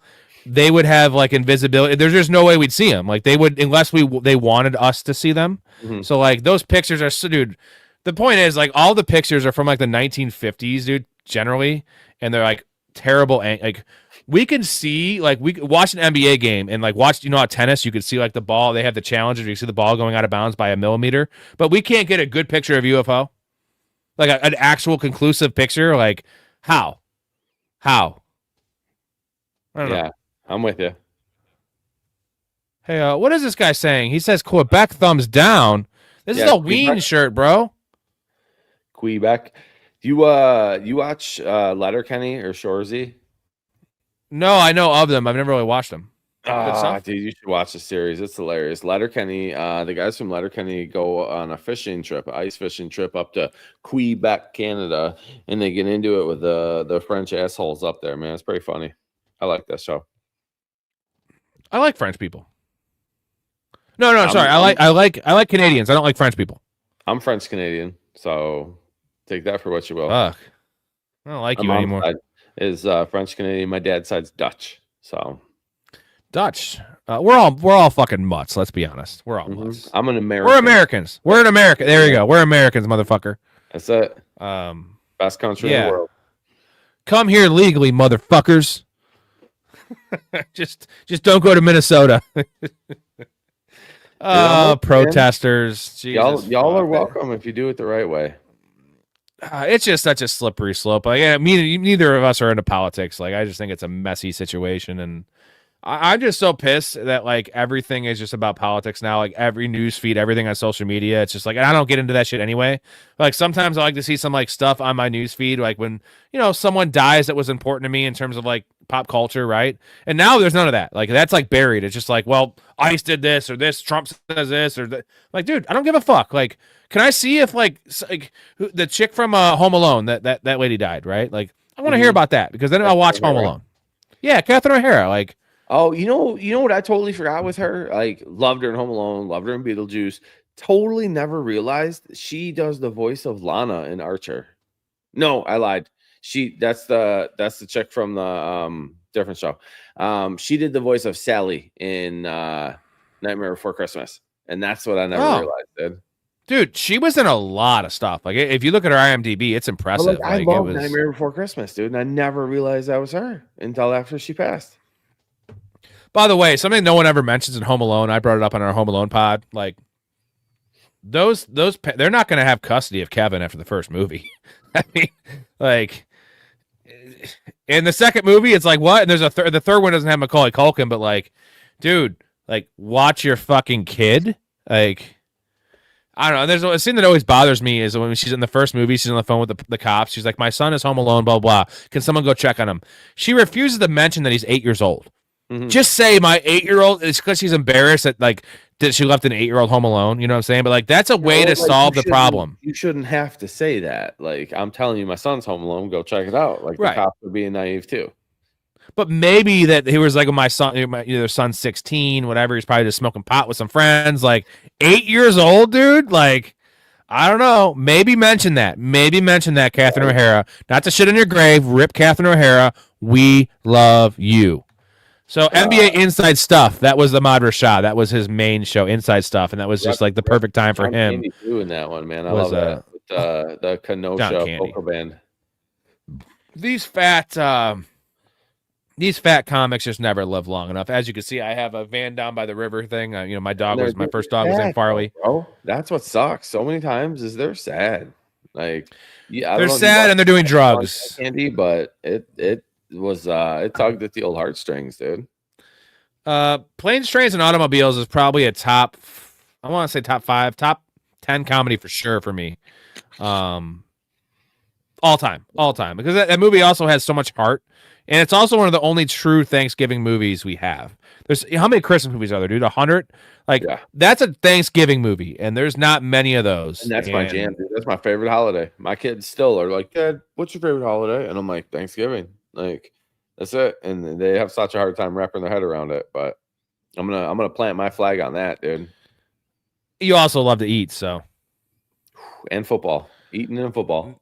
The football is nice too. Well, now you get football on Christmas, which is just weird, but I don't mind it. What do you think about Pat McAfee? You like him? I do. I like McAfee a lot, man. He cracks me up. The energy is legit, and I love how he just he can't sit down because he's on all that Adderall. He's just standing up, fucking pacing, and like I like McAfee. I like all the pioneers that have changed, and I have a lot of inspiration of why I do this show, right? And like I go on more smaller names, people you probably don't even know. In This League is a great football podcast, but Rogan kind of set the benchmark of what you can make a podcast and reach different people and talk about so many different fucking things, right? And I appreciate that, and also just not be pigeonholed into one direction and one side of whatever argument you're talking about, right? Like, I'm assuming Joe Rogan. I'm pretty sure Joe Rogan is not a liberal. Like, I feel like he's kind of down the middle, but he's definitely leans more Republican. I love Joe Rogan, man. I've been a fan of him. Like, I watched all the original from UFC 1 and up, like as a kid. Like, I probably shouldn't have been watching that stuff, but did. And Rogan on that, and then him on the show that they brought back, Fear Factor. Yeah, dude, him on Fear Factor. Like, I love that, dude. And then it's turned into the pod, and then continued with the MMA, and I love it, dude. Rogan's legit. Good for him, though. I mean, he is like one of the most influential, and I trust it in his hands more than I would trust it in most people's hands, right? Of having this this voice, right? And this people do listen to what he says, and they listen to his guests, and like he is really great at not just having one side of the argument, right? It's not like Fox News where it's just like, guess what? Trump's awesome, or like CNN, Trump's a fucking piece of shit. Like, there's middle ground on all these things, right? And that's what I love about our show too. I have all these different guests, right? Like 7, 8, 9 different guys come on, and this is more fantasy centric, right? But it's like, I don't just want everyone to hear my Tucker Kraft love and me sucking off Tucker Kraft, which was the right call. And Chris Olave, and I'm just kidding. But I want to hear, I want to learn. And me and you, we did this show for 2 years, Nico. Like, we help each other make money in fantasy and gambling because I respect your opinion. I respect Storey's opinion, Ray, all the people on the show. And, like, we can kind of learn together and bring up different points and topics and stats. I'm not a big stat guy. I feel like you can make an argument for the same player and give two different stats, and it can go both ways. But, just feelings on players. And we can all learn and make money together. And Joe Rogan's obviously going more in depth on actual things that matter, even though obviously I think fantasy matters, as we know fantasy football's fucking life, my dude. Fantasy lives matter. That's the good one. Fantasy lives matter. Dakota says, only thing I care about is that you're wrong about the Pippen not being overrated. I say Pippen's. He says Pippen's overrated. I say Pippen's not overrated. I think he's underrated. So we disagree on that one. But that's the beauty of sports arguments. And now it's easier to have arguments because it's not 1970. We're not in a bar where it's just like, you're an idiot. You're an idiot. We can actually have facts and stats to back things up. There's still arguments though, because greatest of all time debates, I'm saying Hall of Fame debates, these things are still debates because they're opinions. Dude, I like Pippen. I think he was an integral part of Jordan's success. End of the day, though, if Jordan wasn't there, you wouldn't know who Pippen is. And if Pippen wasn't there, dude, this is porn for Dakota. You're giving him porn right now. Don't give into this. No. Jordan is. If Pippen didn't play on that team, you're telling me Michael Jordan wouldn't have been amazing? He still would have been amazing. No, he was. The fact remains that Michael Jordan did not win a single playoff series until Pippen was on the team. And I'll give you that, but I don't think Pippen's relevant without Jordan. Jordan is relevant without Pippen. That's all I'm saying. Brian Payton is slandering us. Seahawks are so much better. Y'all slow. I mean, when I said that we both picked 23-17 Seahawks. So, I mean, I don't know what else you want. We agree the Seahawks are a better team. This is a one-game sample size, and anything could happen. So when I try to say that the Patriots have a chance in this game, they do. I mean, I don't know what you want from us, Brian. We both picked 23-17 Seahawks. It's fact. So what do you want? 41-7 Seahawks fucking rout them. Ain't nobody putting 40 points up in this game, dude. I don't see that. No, Dakota says Deion ran 4.27 without stretching and kept running out of the stadium. Yeah, and no, Deion was an all-time Dude, athlete, but like a major athlete, dude. I get it, and a better baseball player possibly. Very successful in both sports, dude. Hey, when I was talking about athlete, I'm talking about athleticism, right? And we're talking about a 230-pound man running that 40. That like he's the greatest athlete of all time. So it's not slander against Deion. Deion is the true two-sport superstar because he actually did it successfully for a long time. No, dude, absolutely. And just an overall athlete. I mean, you got guys that can run a 40 faster than what the NFL guys do, but they're not able to play football. I just saw a clip the other day of remember Tim McCarver, the ex-catcher and baseball announcer? Deion, like when Deion, I'm guessing this is when they won. It was probably 92 or 93. The Reds won the Big Red Machine. That wasn't Big Red Machine. Either way, he won a World Series or was in the World Series. And fucking McCarver, they had like some beef, and like McCarver's in the fucking locker room like doing interviews, and like he had like a pitcher of water. Deion did. He threw it right in his face. This is an awesome clip of Deion just like.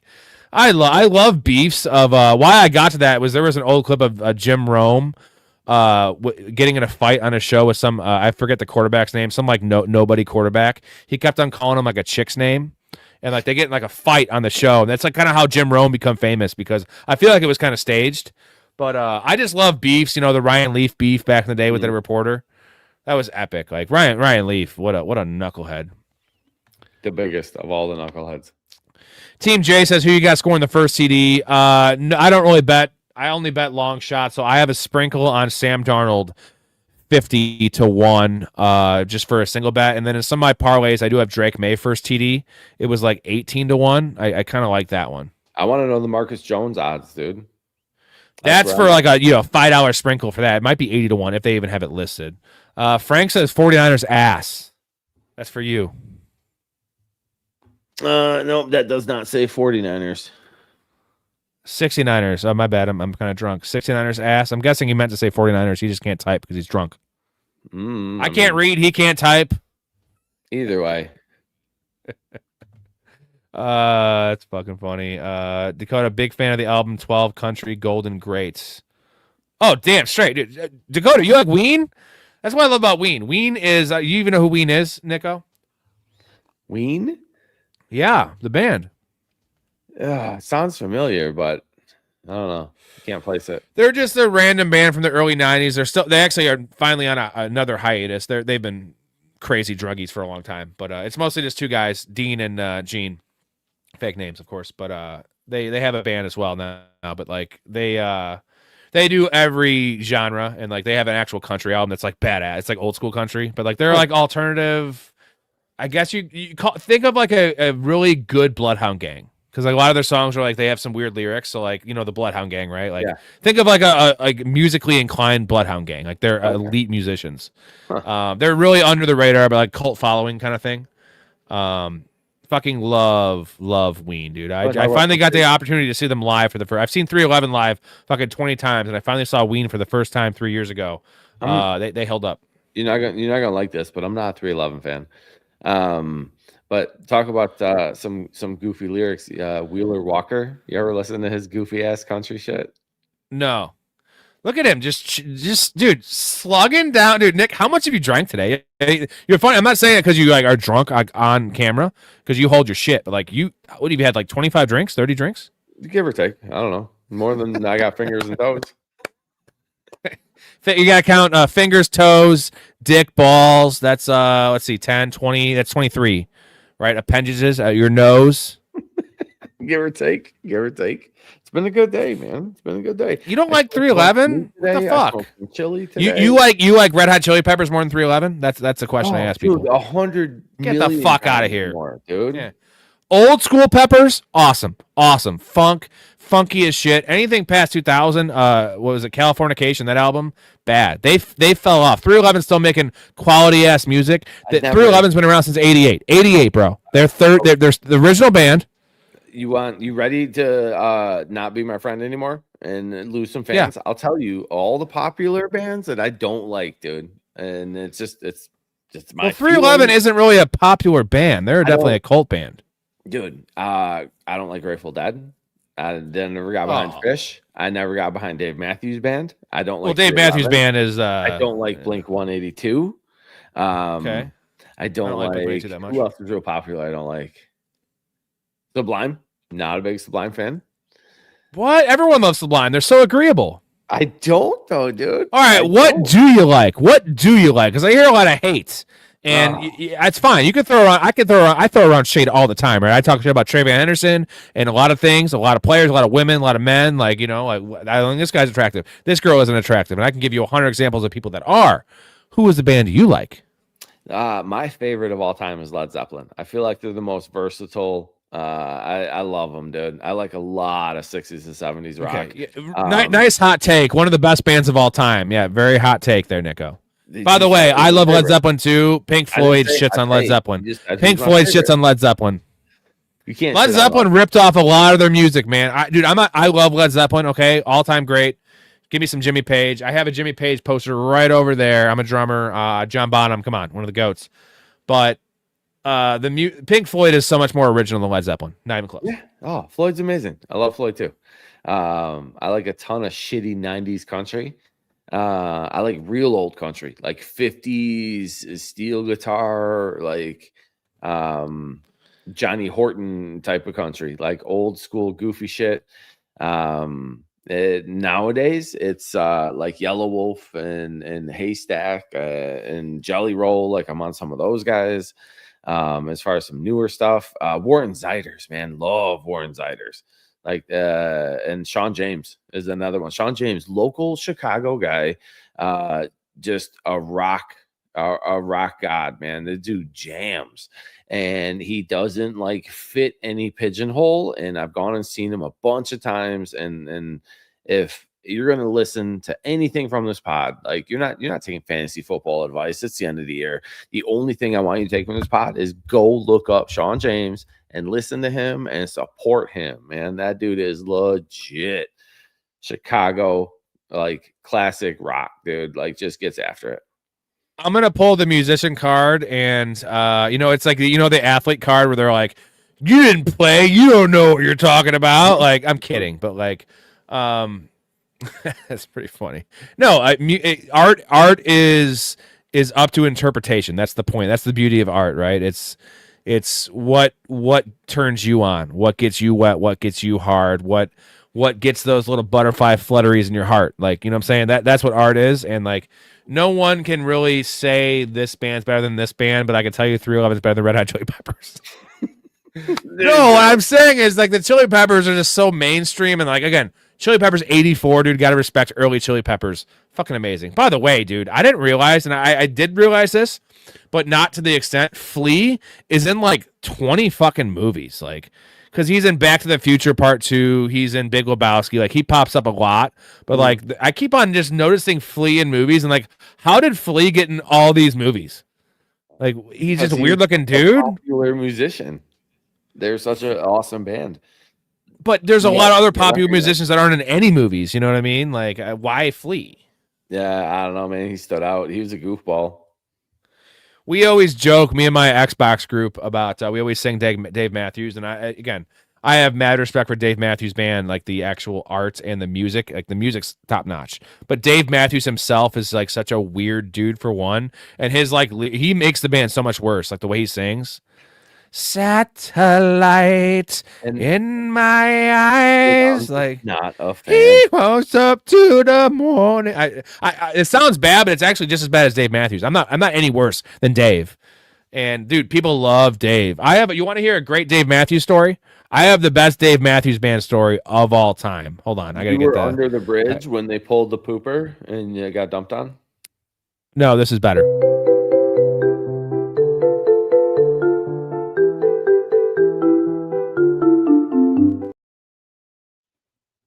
So I have a buddy who's a couple years younger than me, pretty good looking dude. We're from St. Charles, typical white dude, good looking dude, nice kid, biggest Dave Matthews fan ever. And Dave Matthews, saxophone player, had a lot of like weird like allegations, like sexual. He's gay, and like a lot of weird like almost like not Harvey Weinstein like stuff, but like almost there. And so I'm hanging out with my buddy Melby, who's I said his name. God damn it. That's whatever. You don't know who he is. He was telling me about this story of like this happened like probably 15 years ago. This is I think that the band members since left the band because all the allegations. But he hit him up. He hit my buddy up on Facebook, and he's a big Dave Matthews fan. And he's like, "Hey, I'm gonna fly you out to Denver to see our show." And he's like, "What? Like, yeah, I'm in." Dude flies him out for free to Denver, hooks him up with a hotel, pays everything, the ticket, backstage passes. Dude, saxophone player of the band, shows up in his room and tries to fuck him. And he's straight, so he's just like, dude. So my question is, if it was me, if 311 hits me up and like Tim Mahoney, the guitar player, is just like, "Hey man, like I see you on Facebook. You're a big fan. You want to come to our show? I'm going to fly you out." Would you fuck him? I wouldn't fly there unless I was willing to, because ain't nothing free in this world, brother. There you go. But like, I just like he told this. It's just like so funny because then since that happened, the guy's like out of the band, and like just funny. Like he's just pulling that, and like maybe make sure the fan is gay first, or maybe that's what he gets his rocks off by, is like converting the straight guy, and it's yeah. I don't. That's a hard pass for me, man. I can't think of a band where I'm in on that. By the way, a lot of the Grateful Dead, definitely Bob Weir, big Niners fans, because they're from that area. So, oh yeah, I'll give you that. Yeah, Dakota says 311 day coming up. Yeah, I was gonna go, man. My parents are in Arizona. It's in Vegas. I've only been to one 311 day. I went to the 311 day I went to, though, was the last 1 day events, and they played 94 songs. One concert. That's wild. I'm not taking anything away from any of these bands, dude, and like they are all amazing, and I could never do anything that any of them do or even come close to it. Like, and mad respect and mad love for what they do. But my take was, these are very popular bands that I'm not a fan of. That's all I'm saying. Like, yeah, you don't say they suck. You're saying that they. Yeah, I go against the grain with some of these, and I shouldn't necessarily. And they fit the genre of music that I'm into. Just not. It's not for me, dude. I mean, I listen to it. I've tried and don't love it. The Sublime take is ironic though, just because I'm always on record saying that. And I'm a pretty big Sublime fan. I've listened to him so much I don't care for him anymore, just because like I'm kind of over it. But I always say Sublime is like the most agreeable, like at a party. If I had a party and I want to make everyone happy kind of thing, like Sublime's kind of that band I throw on because they have nostalgia. It's like kind of, it's got some of the rap elements, some of the reggae elements, some of the rock elements, some of the alternative elements, and everyone kind of likes Sublime.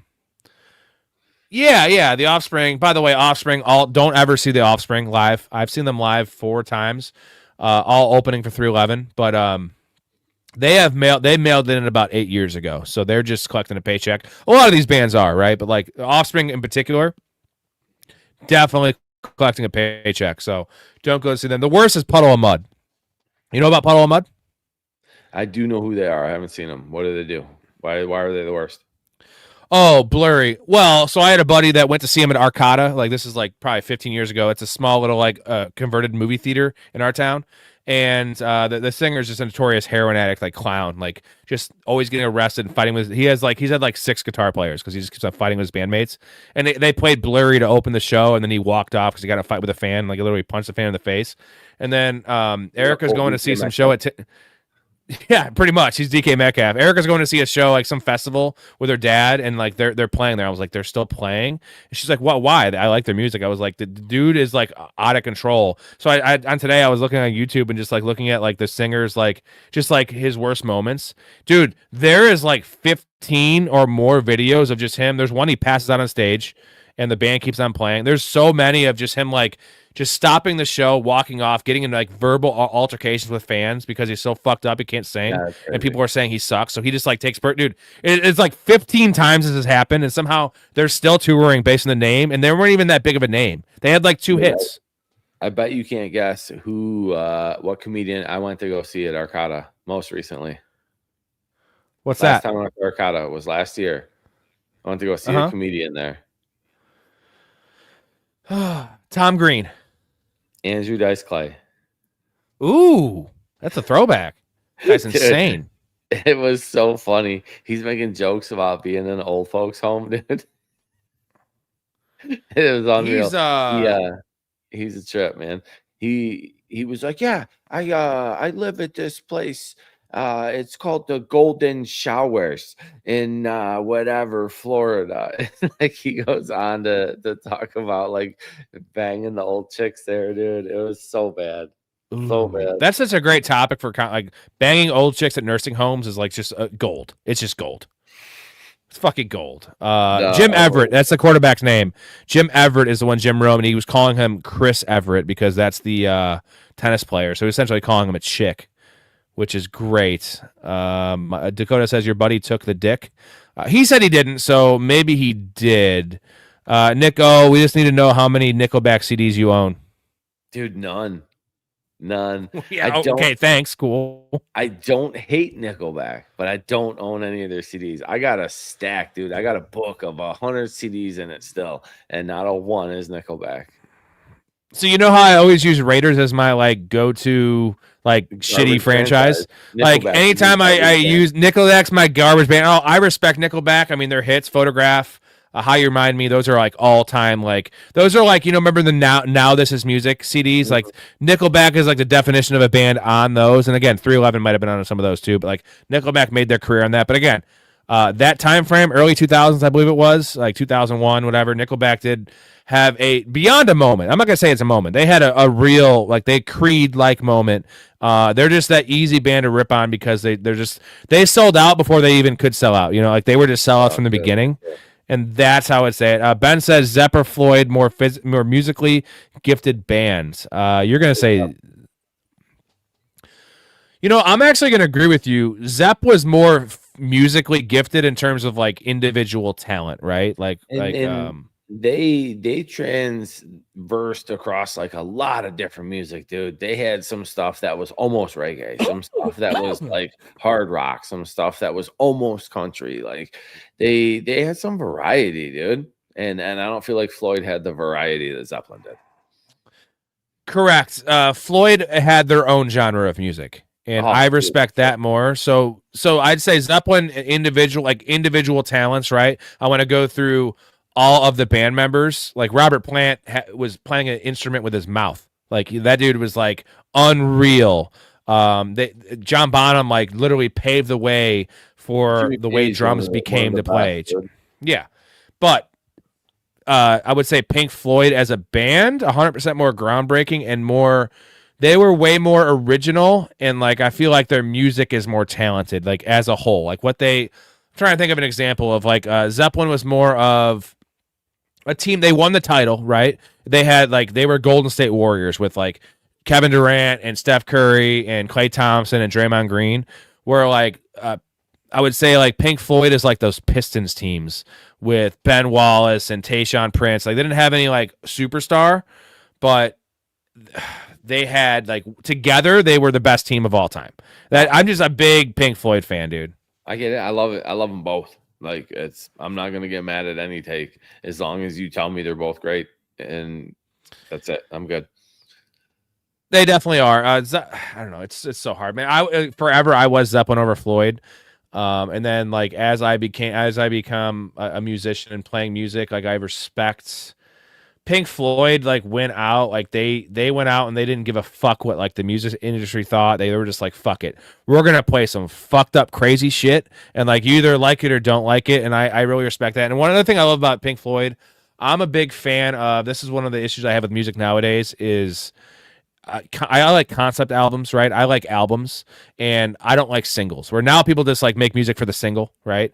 And like Pink Floyd made albums. And Led Zeppelin also did this, like way more than 99% of other bands. But Pink Floyd is known for making and writing music. It goes down to, this is a rumor, and I do believe it because I've witnessed it. And too many things line up. The Dark Side of the Moon and A Wizard of Oz. Like this is how fucked up these guys were, that they might have made an entire musical masterpiece that lines up to a fucking crazy movie. Like that's these dudes on acid just fucking being crazy. You hit play on Second Lion's Roar or something, right? Yep.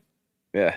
There's a YouTube video. It's all lined up. All right, couple more questions here. Nico, Kenny Chesney or Tim McGraw?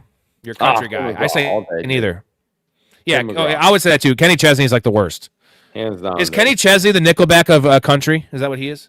I could see it. And really, I'll one up you with Toby Keith. I'll take him over both of them. He's a great American, but he's not Red Solo Cup, brother. America.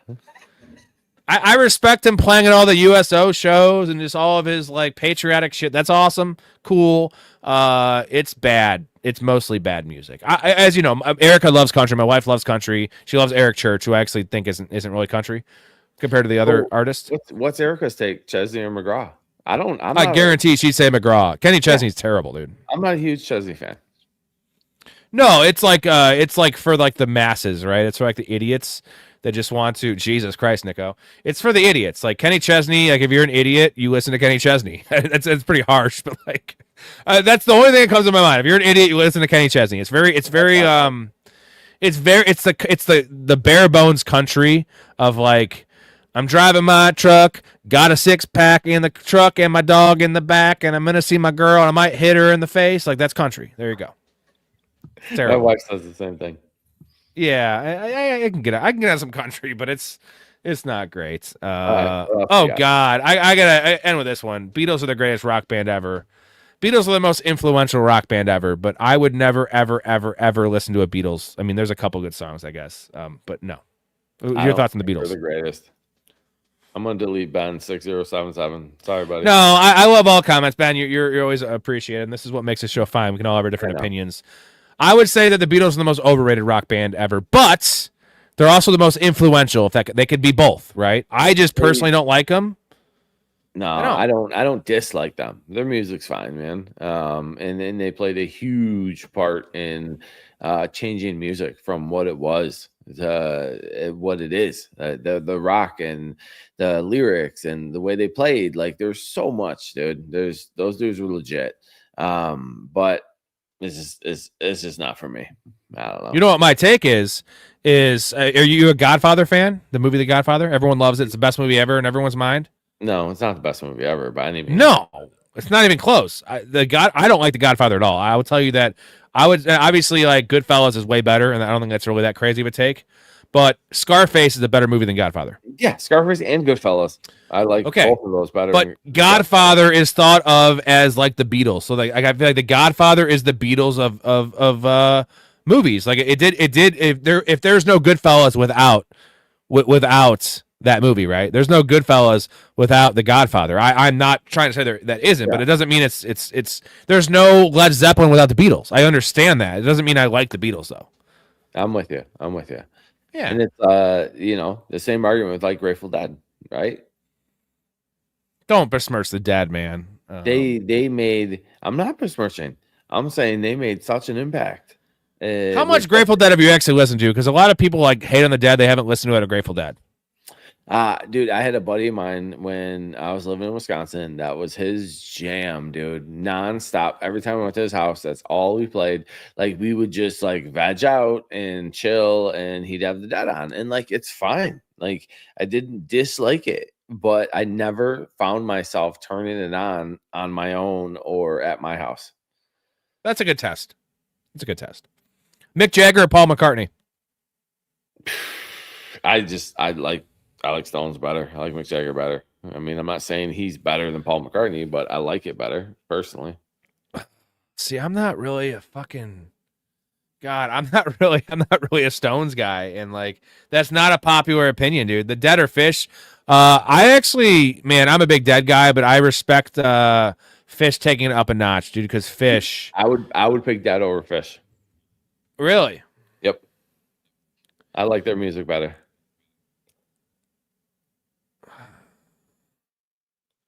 Yeah, it's a close one.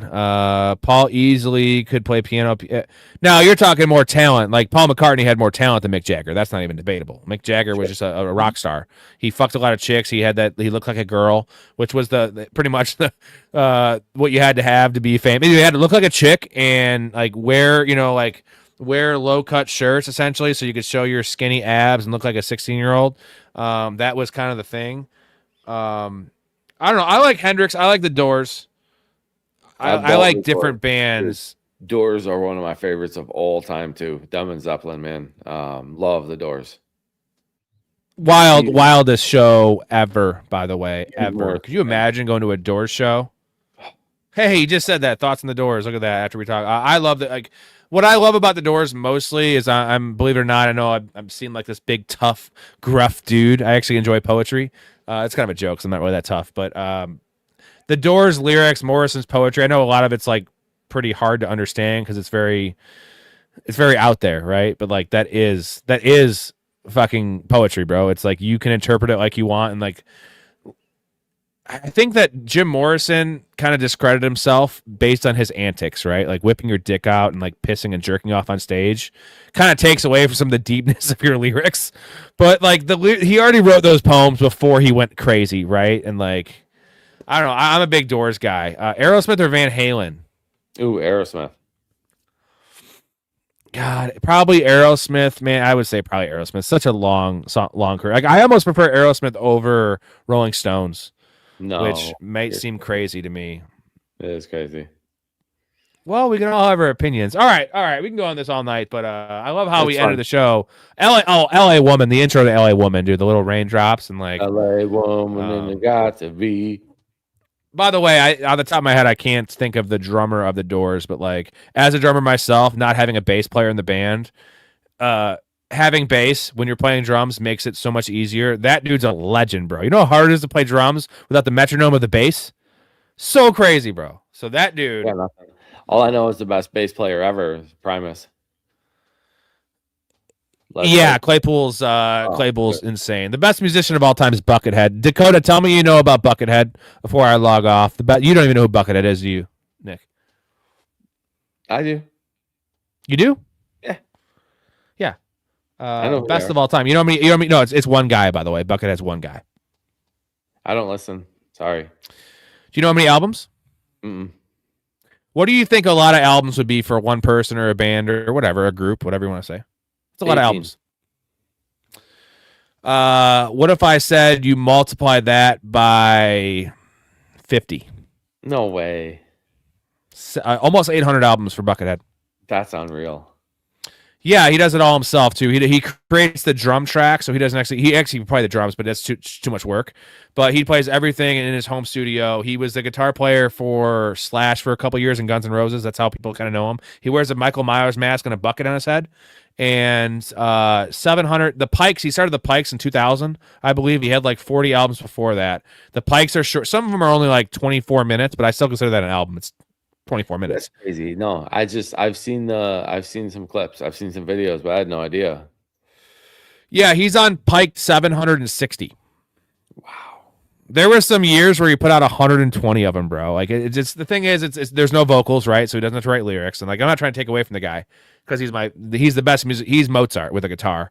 And it's a lot of them are just jams or ideas, but like the point is they don't all sound the same. Like he plays every style, right? There's Zeppelin shit, there's a lot of Pink Floyd chill shit, there's a lot of super heavy shit. Like there's he played with Les Claypool a lot, like every genre ever. And like I don't understand why more people don't know him because everyone knows Satriani. That fucking clown. He's way better musician than me. But the fact that everyone knows Satriani and no one knows Buckethead, when Buckethead plays Satriani style better than Satriani, and that's not even his style. So you can play everything, and like the problem is, Nico, you don't want to go down that wormhole because once you get into it, you can't get out of it. It's like the Matrix. And I've been listening to him for 5 years now. I just found out about it. My guitar player turned me on to him. and I am only like 50% of the way through the catalog. And I listen, like, I go on Buckethead like binges where I listen to Buckethead only for like a month. And like, I can't get through it. I got a guitar pick from Satriani from one of his shows, man. I caught a pick when he threw it out, and I caught a drumstick from Creed. And then my favorite is I caught the like the last little bit of a joint from Seven Dusted. Whoa, was it did it have some PCP in it? I don't think so. But did you smoke it? Yeah. Oh. It was way back in the day, dude, like early 2000s. Like, yeah, you don't smoke weed anymore. Yeah. But that was my claim to fame, dude. It was whoa. Dakota, where do you live, Dakota? Arcata Theater. You're talking about local to me or local to you? Are you local here? No, you're in Pennsylvania, right? Sounds like I know where Rob's going on 25th. Yeah, I just went to see him at Arcata last year. So it was last year's show. No, it was 2 years ago in Arcata. The problem is I don't like Buckethead live because he doesn't have a band and he just like has he has his buddy drumming for him and they had the drum. He's awful. Like, I'm a better drummer than this guy. And like he only plays the same songs. Like he plays like his like whatever people with his heavy shit. And it's like the same set list. So again, that's a negative of Buckethead. Like it's the same shit. Same set list it's been for fucking 12 years.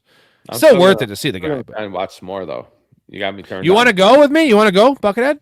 You got me turned on, dude. I'm gonna watch some more. I'll send you some shit. Let me see. Yeah. Dakota. No, Dakota's not local. I just sent him a hat. I'm pretty sure. So he's not local, but maybe he's gonna come in town for the show. All right. This is a long show. This is awesome. Awesome show, Nico. Glad to have you back, dude. Because you're the fucking goat. You're a goat roper. You're a goat. Yeah. Hopefully you seem fucking super sober somehow. I just watched you chug a little mini bottle of fucking Jaeger. You took whiskey shots. You had a beer with me at the bar at 3. You were drinking before that. Like, holy shit. Love you, man. Professional alcoholic, professional fanatic. You're not an alcoholic though, because you take like 3 months off of drinking. Yeah, I'm gonna do it again soon. That's lame. Just moderate like me, baby. Oh man, I'm Ricky Bobby. All right, guys. Appreciate you guys. Tomorrow night, I'll most likely do a show with Big Ray. I'm going to go to Indiana for the game, so it's an hour and a half drive back. And I'm not driving, so I might be too hammered. I'll probably do the show. 99%, I'm going to do the show, right, Nico? You know me. I think you'll do it. I think you're in. So 11 p.m. Central for that. If you want to tune in, just talk about the game that was and all the money we made from my bets, which would be awesome. Appreciate you guys. Thank you, Nico. Love your life. Stay positive. Respect each other. We're out of here. You just seem like a good dude. I thought I'd see if you wanted to grab a beer, that's all. I'm glad you called. We get home safe, Pistol. You got it, Jobin. I'm sorry, what? Nothing. Oh, what'd you say? I don't know. You nicknamed me Pistol, and I just called you Jobin. It means nothing. I'm drunk. I'm gonna call a cab. All right, man. You have my number, yeah? I got you stored in my iPhone. All right, if you need